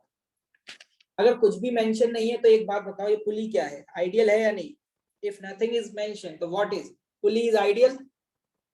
Okay, और स्ट्रिंग के बारे में बताओ, स्ट्रिंग क्या है, क्या स्ट्रिंग भी आइडियल है? ठीक है, क्या मैं tension on both of the side string में सेम कंसीडर कर सकता हूं? ठीक है, एक बात आपसे पूछना चाहूंगा, अगर मान लो इसका एक्सेलरेशन ऊपर की दिशा में ए हुआ, ये तो आपको समझ में आ रहा होगा, जो भारी है वो नीचे जाएगा, जो हल्का है वो ऊपर जाएगा। क्या अगर M1 का एक्सेलरेशन ऊपर की दिशा में ए हुआ, तो क्या M2 का एक्सेलरेशन नीचे की दिशा में ए होगा? क्या अभी मैं बोथ ऑफ देम एक एक्सेलरेशन का मैग्नीट्यूड सेम ले सकता हूं? ऐसा क्यों, जल्दी बताएं, व्हाई? मैंने M1 और M2 के एक्सेलरेशन का मैग्नीट्यूड सेम क्यों लिया है, अभी पता चल जाएगा आप लोग कितना रिवीजन कर रहे हैं। इसीलिए लिया है क्योंकि ये स्ट्रिंग कैसी है, इनएक्सटेंसिबल, एक ऐसी रस्सी जिसकी लेंथ चेंज नहीं हो सकती। तो ऑब्वियस सी बात है, ये ब्लॉक जितना ऊपर जाएगा, क्या ये ब्लॉक उतना ही नीचे आएगा? तो हम ये कह सकते हैं, अगर इसका एक्सेलरेशन ऊपर ए होगा तो इसका एक्सेलरेशन ए नीचे होगा। ओके, अगला सवाल मेरा आपसे, मैं आपसे छोटे छोटे सवाल पूछ रहा हूं, अभी चेक हो जाएगा कि आपने कितना पढ़ा है। क्या मैं इस पूरे को एक सिस्टम मान सकता हूं? M1 प्लस M2 को एक सिस्टम ले सकता हूं क्या? क्यों नहीं ले सकता?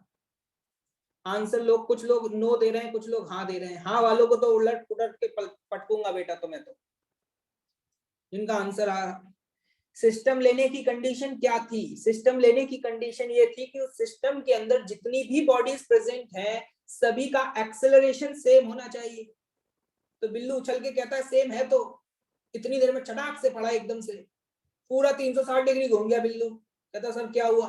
मैंने कहा नालायक, तेरे को कितनी बार बताया कि एक्सेलरेशन एक वेक्टर क्वांटिटी है, और वेक्टर क्वांटिटी के सेम होने के लिए डायरेक्शन और मैग्नीट्यूड दोनों सेम होने चाहिए। तुझे दिख नहीं रहा है कि एक का एक्सेलरेशन ऊपर है और एक का एक्सेलरेशन नीचे है?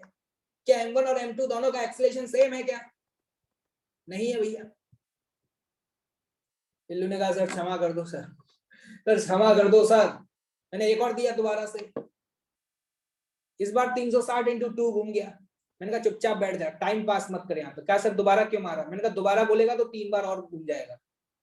मैंने आज के बाद बताओ जल्दी से फटाफट, क्या एक्सेलरेशन, क्या इसको सिस्टम ले सकता हूं? नहीं ले सकता। हाँ ये बात सही है कि एक्सेलरेशन का मैग्नीट्यूड सेम होगा, क्योंकि रस्सी की लेंथ चेंज नहीं हो रही, तो M1 जितना ऊपर जाएगा M2 उतना नीचे जाएगा, ये बात तुम्हारी बिल्कुल सही है। लेकिन इन दोनों को मिलाकर के सिस्टम नहीं लिया जा सकता। चलिए अब सवाल को सॉल्व करना शुरू करते हैं। देखिए इन सवालों को सॉल्व करने का सबसे बढ़िया देसी तरीका पता है क्या होता है? Just draw the free body diagram. मैं बहुत इज्जत से एक एक स्टेप करूंगा, मेरी मदद आप लोग करते रहिएगा। क्या मैं M1 का फ्री बॉडी डायग्राम बना लूं? M1 पे ऊपर लग रही है टेंशन, नीचे लग रहा है M1G, एक्सेलरेशन है ऊपर। बताओ इसके लिए इक्वेशन क्या लिखोगे? जल्दी बताओ, M1 के लिए इक्वेशन क्या लिखोगे?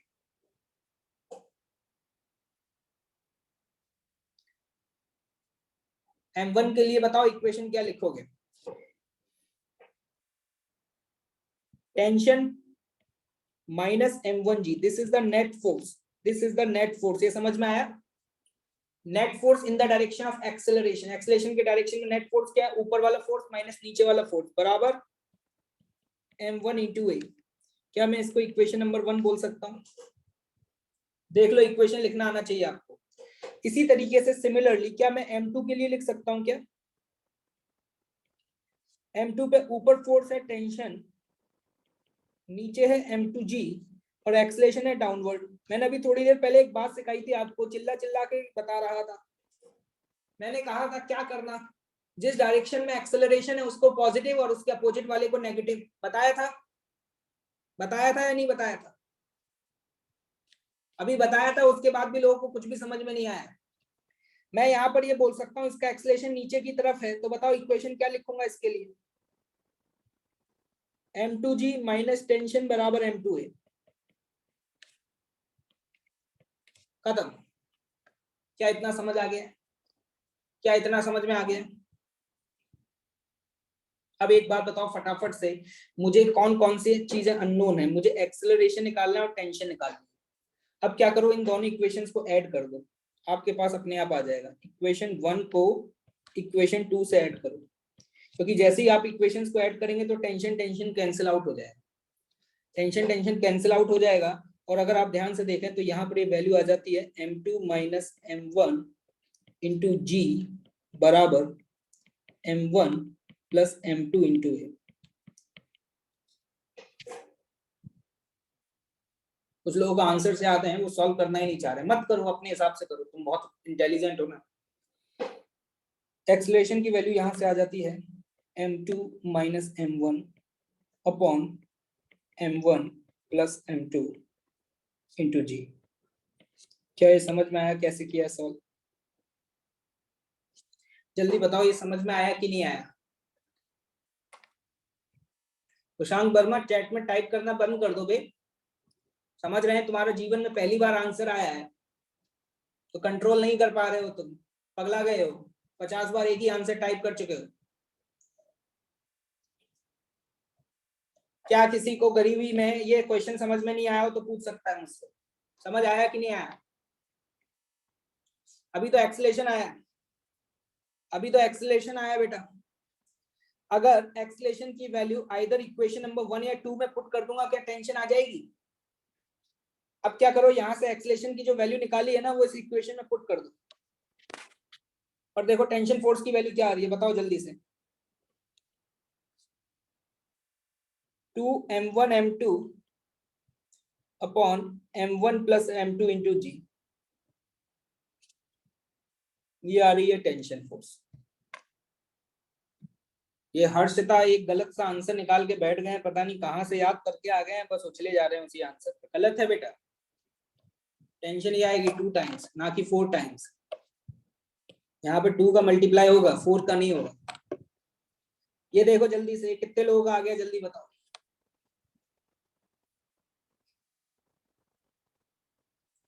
टेंशन की वैल्यू, एक बात बताओ, क्या किया आपने, क्या बॉडी का फ्री बॉडी डायग्राम बना करके सॉल्व किया? देखो एडवुड मशीन के केस में ये एक्सेलरेशन और टेंशन आती है। अगर आप इसको याद रख पाओ तो ठीक है, अगर याद रख पाओ तो आगे जाकर के थोड़ी सी हेल्प मिलेगी। लेकिन याद रखना, ये एक्सेलरेशन तभी होगा जब आपके पास एडवुड मशीन है। एडवुड मशीन की कंडीशन क्या होनी चाहिए? 2 मासेस हवा में हैंग करने चाहिए, m1 और m2, और एक पुली होनी चाहिए। एक पुली और 2 मास हवा में हैंग कर रहे हो, क्या उसे हम एडवुड मशीन बोलते हैं? क्या आप इस तरीके के सवालों को सॉल्व करके आंसर निकाल पाएंगे? ये फॉर्मूला जो है एक्सेलरेशन और टेंशन का, अगर याद रख सको तो याद रख लेना, ठीक है? आगे थोड़ा सा काम आएगा। m2 minus m1 upon m1 plus m2 into g, ठीक। मुझे एक बात समझ में नहीं आती कि मैं यहाँ पे सवाल कराता हूँ, नोट्स भी आपको लिखने होते होंगे, आपको इतना टाइम कैसे मिल जाता है चैट टाइप करने का? क्या आप अगला सवाल करने के लिए तैयार हैं? Are you ready for the next question? ये देखिए अगला सवाल आपके सामने आपकी स्क्रीन पर। यहाँ पर ये 2 kg का ब्लॉक है जो कि इस तरीके से स्ट्रिंग से कनेक्टेड है, और ये 1 kg का ब्लॉक है, ठीक है। ये वाली सरफेस है स्मूथ, ये वाली सरफेस है स्मूथ। आपको क्या फाइंड आउट करना है? Find first part, acceleration of block,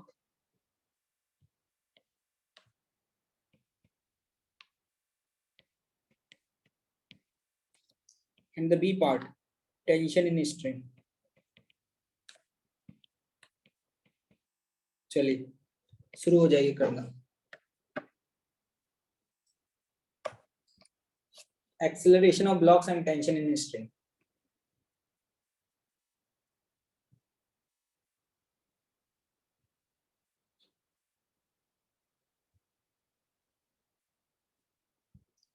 ये देखो, देखा बेटा वर्मा जी, कुशांग वर्मा, इसीलिए अब तुम्हारे आंसर गलत आएंगे, क्योंकि जब सर पढ़ाते हैं तो उनकी बातों को तुम ध्यान से नहीं सुनते हो, है ना? ये फॉर्मूला लगा दिया होगा तुमने, ये यही तो आईआईटी है कुशांग वर्मा जी, यही तो आईआईटी है, लगा दिए वाला फॉर्मूला। कौन नालायक है जिनने ये फॉर्मूला लगाया है?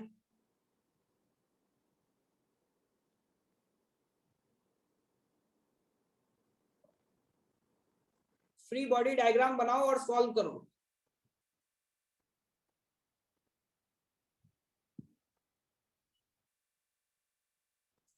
एक्सेलरेशन आ रहा है 10/3।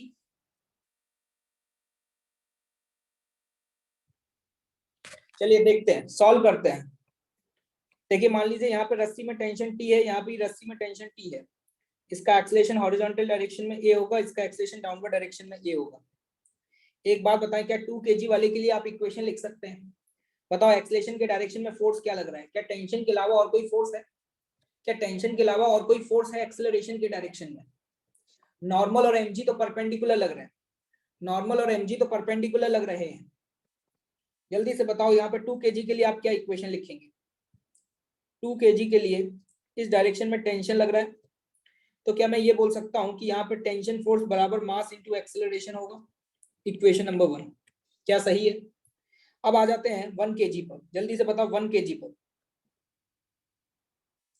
1 kg पर टेंशन ऊपर लग रही है, mg नीचे लग रहा है, और उसका एक्सेलरेशन डाउनवर्ड डायरेक्शन में a है। 1 kg के लिए बताओ इक्वेशन क्या लिखोगे?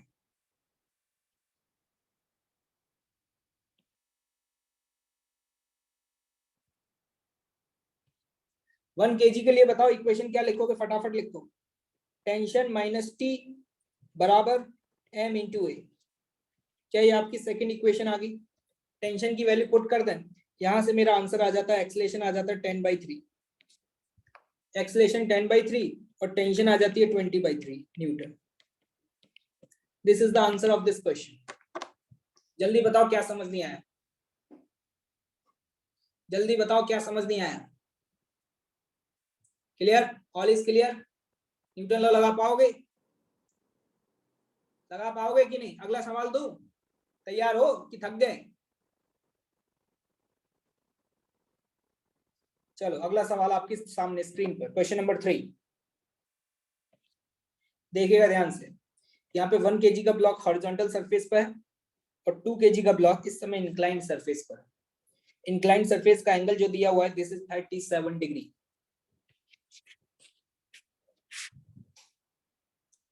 बताएं इसका जवाब क्या होगा, सॉल्व करें फटाफट। अब मैं जल्दी जल्दी सॉल्व करूंगा, देखता हूं तुम लोग कितनी जल्दी करते हो।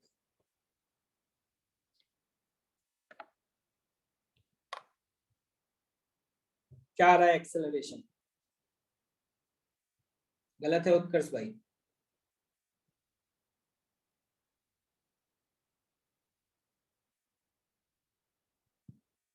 एक्सेलरेशन 4 आ रहा है?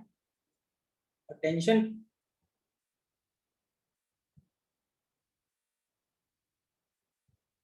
टेंशन भी 4 आ रही है। चलो देख लेते हैं। एक बात बताओ, क्या मैं इस समय बोथ ऑफ द ब्लॉक्स के एक्सेलरेशन का मैग्नीट्यूड सेम मान सकता हूं? ये बताओ, मान सकता हूं या नहीं? एक्सेलरेशन का जो मैग्नीट्यूड है वो सेम माना जा सकता है क्योंकि दोनों एक ही स्ट्रिंग से कनेक्टेड हैं। बहुत अच्छे। अगला सवाल, मान लो यहाँ पे अगर टेंशन टी है तो क्या बेटा यहाँ भी टेंशन टी होगी? क्योंकि रस्सी सेम है तो सेम होगी टेंशन या नहीं होगी? बहुत अच्छे। अब देखो 2 kg का फ्री बॉडी डायग्राम बना ले।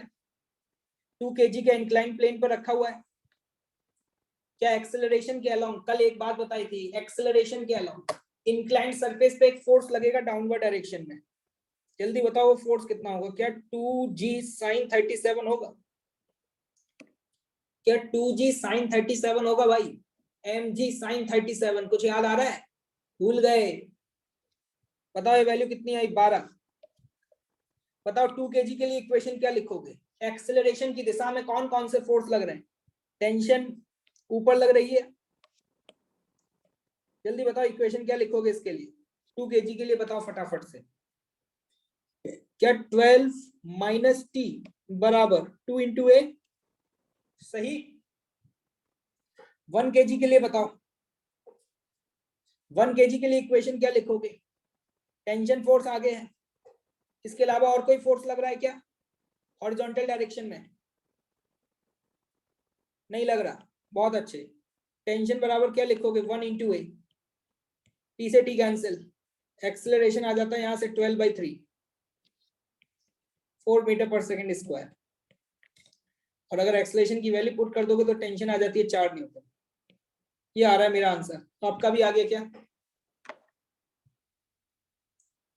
कुछ लोग अभी भी प्लस माइनस में उलझे हुए हैं, पता नहीं क्यों उलझे हुए हैं। जब मैंने आपको बता दिया यहाँ प्लस माइनस का गेम मत खेलो, यहाँ पे सिंपल सा गेम है। जिस डायरेक्शन में एक्सेलरेशन है उस डायरेक्शन वाले फोर्स को पॉजिटिव मानते हुए इक्वेशन लिखो, सॉल्व करो। क्या प्लस माइनस में उलझे हुए पागलों की तरह?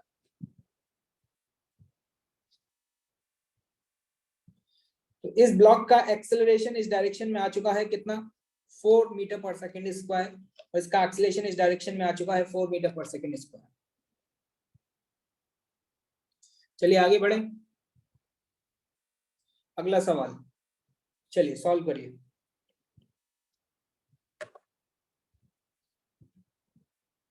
हाँ अर्थ अग्रवाल तुमने गलत बनाया है, ठीक है, मैंने गलत नहीं बनाया।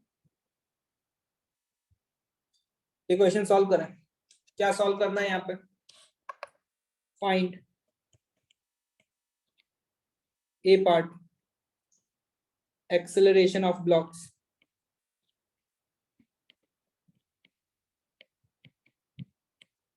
B part tension in strings.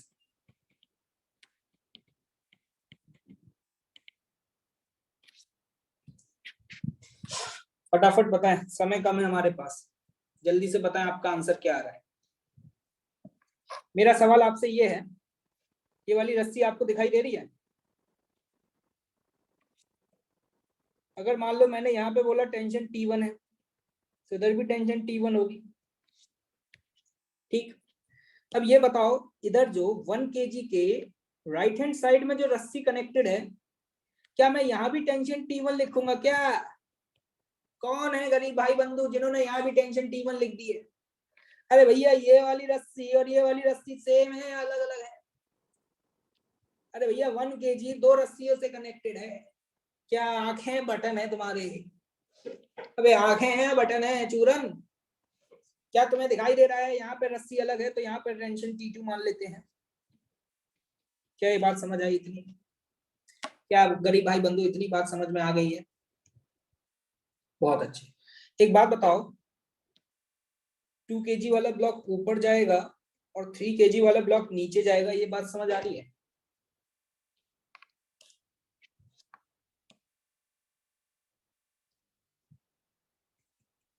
ये बात समझ आ रही है आपको कि 3 kg वाला ब्लॉक नीचे जाएगा और 2 kg वाला ब्लॉक ऊपर जाएगा और 1 kg वाला ब्लॉक लेफ्ट में जाएगा?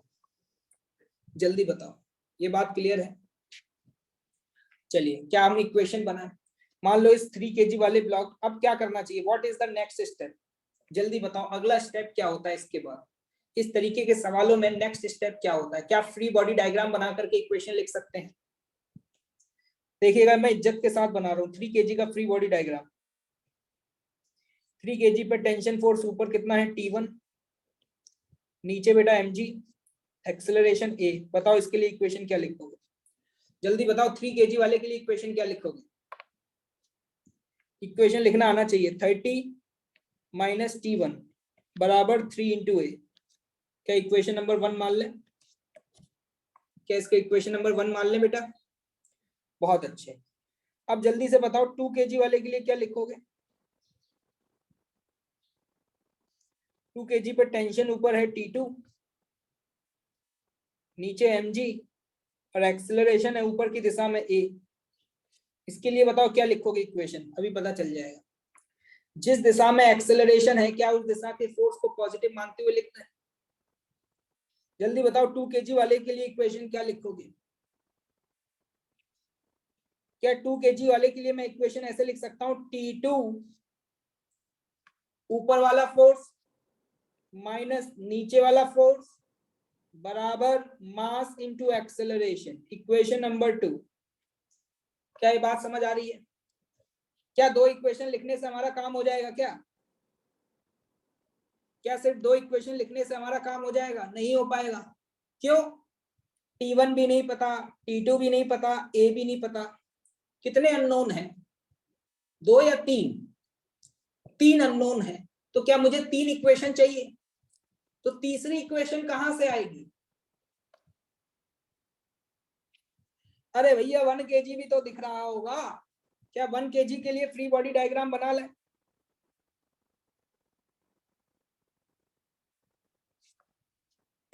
अब ध्यान से देखिएगा, 1 kg पे इस डायरेक्शन में लग रहा है T1, इस डायरेक्शन में लग रहा है T2, एक्सेलरेशन भी इस दिशा में है A।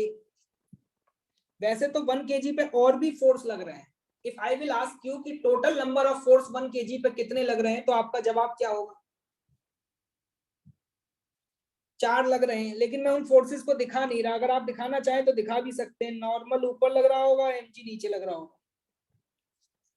लेकिन मुझे अभी सिर्फ उन्हीं फोर्सेस से मतलब है जो एक्सेलरेशन की दिशा में है। क्या एक्सेलरेशन की दिशा में T1 और T2 है बस? तो बताओ जल्दी से इसके लिए इक्वेशन क्या लिखोगे? जल्दी बताओ जल्दी। एक्सेलरेशन की दिशा में T1 है, क्या मैं ये लिखूंगा T1 माइनस T2 बराबर 1 इंटू ए? अरे भाई क्या लग रहा है, हवा लग रही है क्या? क्या ये आपकी इक्वेशन नंबर 3 आ गई? इंटरेस्टिंग बात पता है क्या है? इंटरेस्टिंग बात पता है क्या है? जैसे ही तुम इन इक्वेशंस को ऐड करोगे, T1 से T1, T2 से T2 सब कट जाएंगे। क्या देख पा रहे हो? सारे कट पिटा जाएंगे, एक्सेलरेशन आ जाएगा तुरंत निकल करके। 10 बाय टोटल मास कितना 6, मतलब 5/3 मीटर पर सेकेंड स्क्वायर। ये हो गया एक्सेलरेशन। एक्सेलरेशन की वैल्यू जो आपने निकाली है वो यहाँ से इक्वेशन 1 और 2 में पुट करके आप T1 और T2 की वैल्यू निकाल सकते हैं। T1 की वैल्यू कितनी आ रही है? T1 की वैल्यू 25 आ जाती है। अब तो मैथ्स का सवाल हो गया। और T2 की वैल्यू कितनी आ जाती है? 70/3 आ जाती है। ये बताओ, क्या तुम्हें नहीं लग रहा बहुत हलवा सवाल है? क्या तुम्हें नहीं लग रहा कि बहुत हलवा सवाल है? देखिएगा यहाँ पर एक बिल्लू भैया हमसे क्या पूछ रहे हैं, इनका सवाल सुनिएगा, सब लोग ध्यान से सुनिएगा भैया, लोगों के डाउट सुन के भी बहुत कुछ सीखने को मिलता है।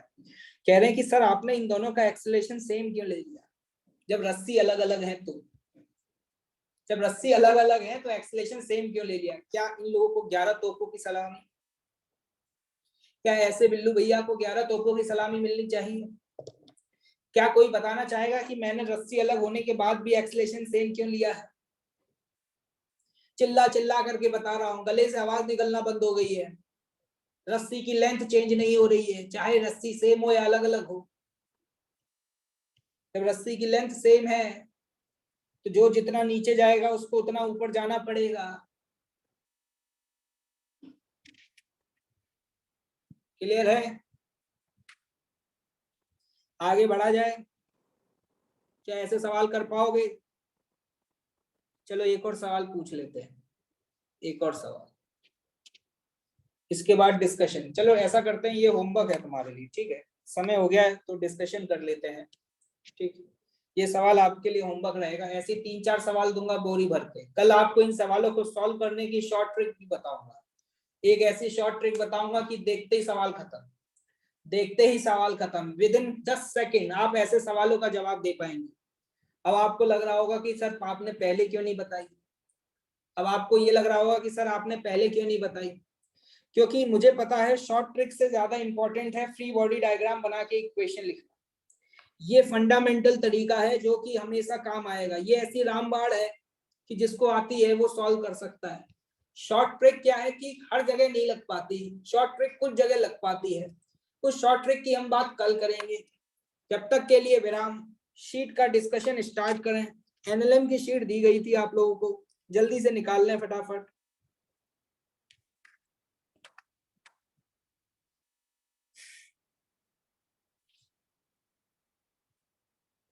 भाई तुम लोगों को समझ में आ रहा है, मौज आ रही है कि नहीं आ रही है, ये बताओ यार। ये सब तो चलता रहेगा। मौज फुल आ रही है कि नहीं आ रही है भाई? बहुत बढ़िया। और घर में तो फुल भूखाली चल रही होगी तुम लोगों की तो, है? चलिए भाई, बहुत बढ़िया। शुरुआत की जाए। करके आए हो सॉल्व कि बिना ऐसे ही मुंह उठा के चले आए हो नालाई को? सॉल्व वॉल्व कर रहे हो ना? चलो ठीक है फिर।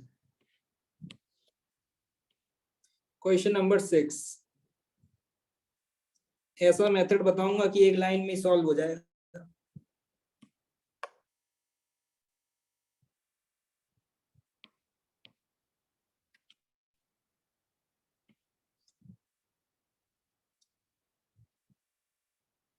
क्या हुआ भाई?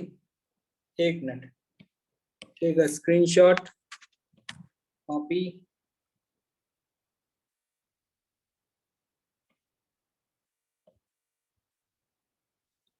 पेस्ट। चलिए, क्या आप लोगों ने क्वेश्चन नंबर 6 पढ़ लिया है क्या? मेरे हिसाब से बीटा तो आपका आ गया होगा, अल्फा निकालने में मेहनत लग रही होगी, अल्फा निकालने में मेहनत लग रही होगी।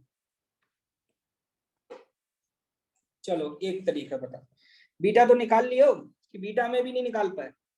देखो बी का मैं फ्री बॉडी डायग्राम बनाऊं, अगर बी का देखना ध्यान से, तो बी पे 12 न्यूटन इधर लग रहा है, ठीक?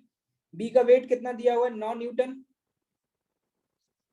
ए और बी के बीच में जो रस्सी कनेक्टेड है, मान लो उसमें टेंशन है T2, और ए और सीलिंग के बीच में जो रस्सी कनेक्टेड है उसमें मान लो टेंशन है T1। एक बात बताओ, क्या बी पे इसके अलावा और कोई फोर्स लग रहा है क्या? क्या बी पे इसके अलावा और कोई फोर्स है? हाँ है ना, टेंशन, जो कि मैंने मान ली T2। ये एंगल आपको कितना दिया हुआ था? बीटा। तो हम ये कह सकते हैं ये वाला एंगल भी कितना होगा? बीटा। क्या इतनी बात समझ में आ गई है आप लोगों को? क्या भाई लोगों को इतनी बात समझ में आ गई? तो क्या मैं यहाँ पे ये बोल सकता हूँ कि T2 का जो वर्टिकल कंपोनेंट है, जो कि आप देख पा रहे हैं T2 cos बीटा, और T2 का एक हॉरिजॉन्टल कंपोनेंट है जो कि कितना होगा, T2 sin बीटा। ये आप लोगों ने कर लिया होगा, लेकिन फिर भी करके बता रहा हूँ। T2 का sin बीटा कंपोनेंट तो 12 के बराबर हो जाएगा, हॉरिजॉन्टल कंपोनेंट। ये वाला कंपोनेंट इसको बैलेंस करेगा और ये वाला कंपोनेंट इसको बैलेंस करेगा। इक्विलिब्रियम में है तो ऊपर वाला फोर्स नीचे वाला, दाएं वाला फोर्स बाएं वाला। और T2 cos बीटा बराबर कितना हो जाएगा, 9। जल्दी से बताओ फटाफट, यहां से जैसे ही डिवाइड करोगे क्या tan बीटा बराबर 4/3 आ जाता है? यार तुमने 4/3 तो सुना होगा, कोई स्टैंडर्ड एंगल दिख रहा है, ये तो 53 डिग्री, ये तो आ जाता है बीटा 53 डिग्री। लेकिन अल्फा कैसे कैलकुलेट करें, अल्फा कैसे कैलकुलेट करें वो इंपॉर्टेंट है। देखो ध्यान से मैं क्या कह रहा हूं, अल्फा अगर कैलकुलेट करना है तो क्या करो, a प्लस बी इस पूरे का फ्री बॉडी डायग्राम बनाओ। सुनिएगा ध्यान से, मैं जो आपको तरीका बता रहा हूं सुनिएगा, आपको सवालों को सॉल्व करने में बहुत हेल्प करेगा। मैंने क्या कहा, a और b, ये पूरा सिस्टम रेस्ट पर है, क्या इसको डिब्बे के अंदर बंद किया जा सकता है? हाँ देखो, एक स्टूडेंट कह रहे हैं कि सर ऑप्शन चेक कर लो और ऑप्शन से आंसर पता चल जाता है, आगे बढ़ जाओ। इसीलिए तो कुशांग भाई साहब तुम्हारे अच्छे मार्क्स नहीं आ रहे, इसलिए तो तुम्हारी इतनी बुरी रैंक आ रही है अभी। यही मेन रीजन है कि तुम आंसर निकालने पे फोकस रहता है, कॉन्सेप्ट सीखने पे तुम्हारा फोकस नहीं है। चलो आज तुम्हारे पापा जी से बात की जाती है, बहुत उछल रहे हो तो सुनिएगा ध्यान से। a प्लस बी का टोटल मास कितना हुआ, सॉरी टोटल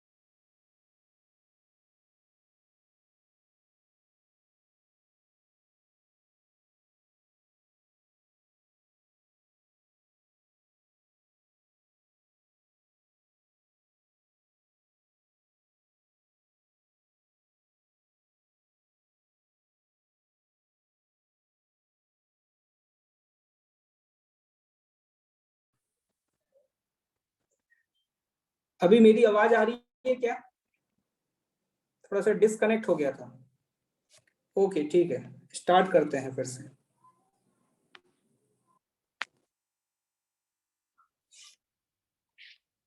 यस, हाँ देखिएगा ध्यान से, यहाँ पर अगर a प्लस बी की बात करें तो उसका टोटल वेट है 16। यहाँ पे जो रस्सी कनेक्टेड है ऊपर a के, उसमें जो टेंशन है बेटा वो है T1, उसका वर्टिकल के साथ जो एंगल है वो है अल्फा। यहाँ पे 12 फोर्स बाहर लग रहा था। अब इस कंबाइंड सिस्टम का फ्री बॉडी डायग्राम बनाओ, तो आप ये बोलोगे कि T1 का जो हॉरिजॉन्टल कंपोनेंट है बेटा वो कितना है, T1 sin अल्फा, और T1 का जो वर्टिकल कंपोनेंट है वो है T1 cos अल्फा। तो sin अल्फा जो कंपोनेंट है वो किसको बैलेंस कर रहा है, 12 को। तो मैं यहाँ पे लिखूंगा T1 sin अल्फा की वैल्यू किसके बराबर होगी, 12 के बराबर, क्योंकि इस पूरे सिस्टम पे जो हॉरिजॉन्टल कंपोनेंट है वो 12 को बैलेंस करेगा, और वर्टिकल कंपोनेंट कितना है, T1 cos अल्फा, जो कि किसको बैलेंस करेगा, 16 को। क्या डिवाइड कर दें, देखो डिवाइड करने पे क्या आ रहा है, क्या tan अल्फा बराबर 3/4 आ रहा है, तो यहां से अल्फा की वैल्यू आती है 37 डिग्री। क्या क्लियर है भाई, समझ में आया भाई कैसे सॉल्व किया इसको? क्या यहां से आपकी अल्फा की वैल्यू आ गई है? ओके, क्वेश्चन नंबर 7, 8, 9, किसी में डाउट?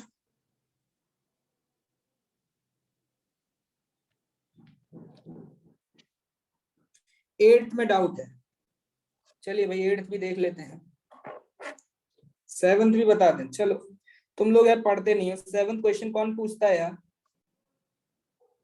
ये फिजिक्स की बुक है, इस फिजिक्स की बुक पे उस गर्ल ने, उस लड़की ने कितना फोर्स लगाया ऊपर की दिशा में? 25 न्यूटन। और उस बुक का वेट कितना है? 20 न्यूटन। बुक कहीं जा तो नहीं रही है, तो ऊपर वाला फोर्स बराबर नीचे वाला फोर्स होगा, लेकिन ऊपर वाला फोर्स 25 है, नीचे वाला फोर्स 20 है। एक और फोर्स है जो किसने लगाया होगा? उस छत ने लगाया होगा नीचे की दिशा में, 5। ये 5 कैसे लिखा समझ आ रहा है? ये 20 न्यूटन फोर्स लगाया है अर्थ ने उस किताब पर, ये 25 न्यूटन का फोर्स लगाया उस गर्ल ने, और ये यहां पर 5 न्यूटन का फोर्स जो लगाया वो लगाया सीलिंग ने। क्लियर बात? अब देख लो भाई किसका क्या आंसर आएगा। खत्म हो गया सेवंथ। अब आते हैं क्वेश्चन नंबर 8 पर। 8 भी आसान क्वेश्चन है भाई, 8 तो होना चाहिए था आप लोगों से। ये 2 एस्ट्रोनॉट्स हैं हवा में,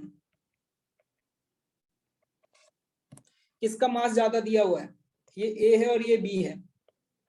M A is greater than M B दिया हुआ है। एक्सेलरेशंस पे कमेंट करना है। अगर मैं ए की बात करूं बेटा, ए की बात, तो ए पे टेंशन फोर्स इधर लग रहा है टी, और अगर बेटा मैं बी की बात करूं, बी की, तो बी पे यही टेंशन फोर्स लग रहा है इधर। क्लियर? अब एक बात बताओ फटाफट से मुझे, ए का एक्सेलरेशन कितना आएगा? देखो टेंशन तो दोनों तरफ सेम होगी ना, टेंशन इन द स्ट्रिंग तो सेम होगी।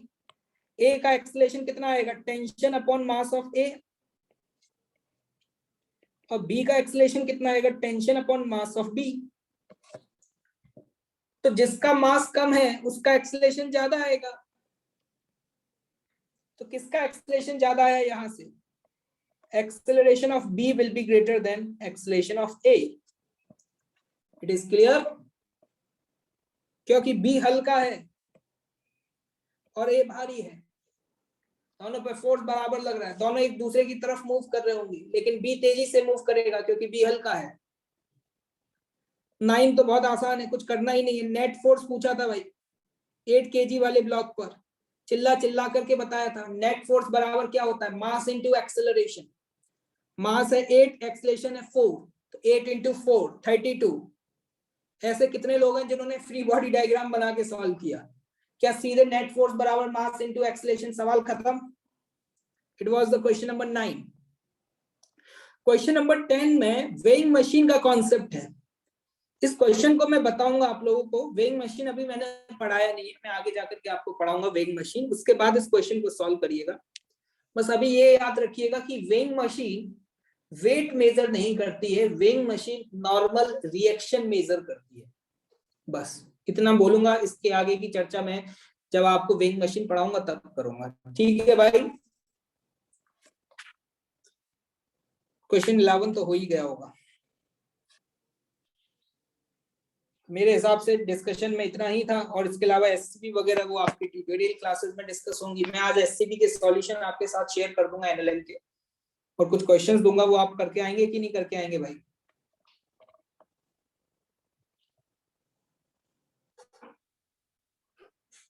मैंने आप लोगों को कल रिवीजन करने के लिए दिया था काइनेमेटिक्स का, क्या स्टेटस है भाई? क्या काइनेमेटिक्स की O2 आपने रिवाइज करी थी?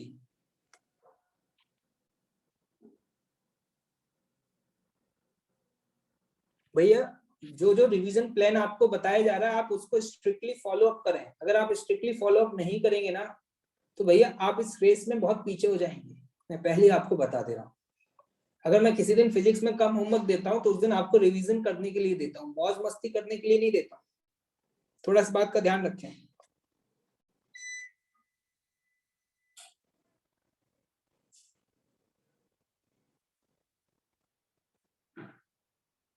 काइनेमेटिक्स 2D में अब तो कुछ आपका बैकलॉग नहीं बचा हुआ है ना? काइनेमेटिक्स 2D की शीट में सॉल्व एग्जांपल्स बचे हुए हैं। आपको पता होगा शीट की स्टार्टिंग में कुछ सॉल्व एग्जांपल्स दिए होते हैं, उनको आप करना शुरू कर दीजिए अपनी तरफ से, जल्दी से जल्दी निपटाइए। आप जितना एफर्ट करेंगे उतना बेटर रहेगा आपके लिए।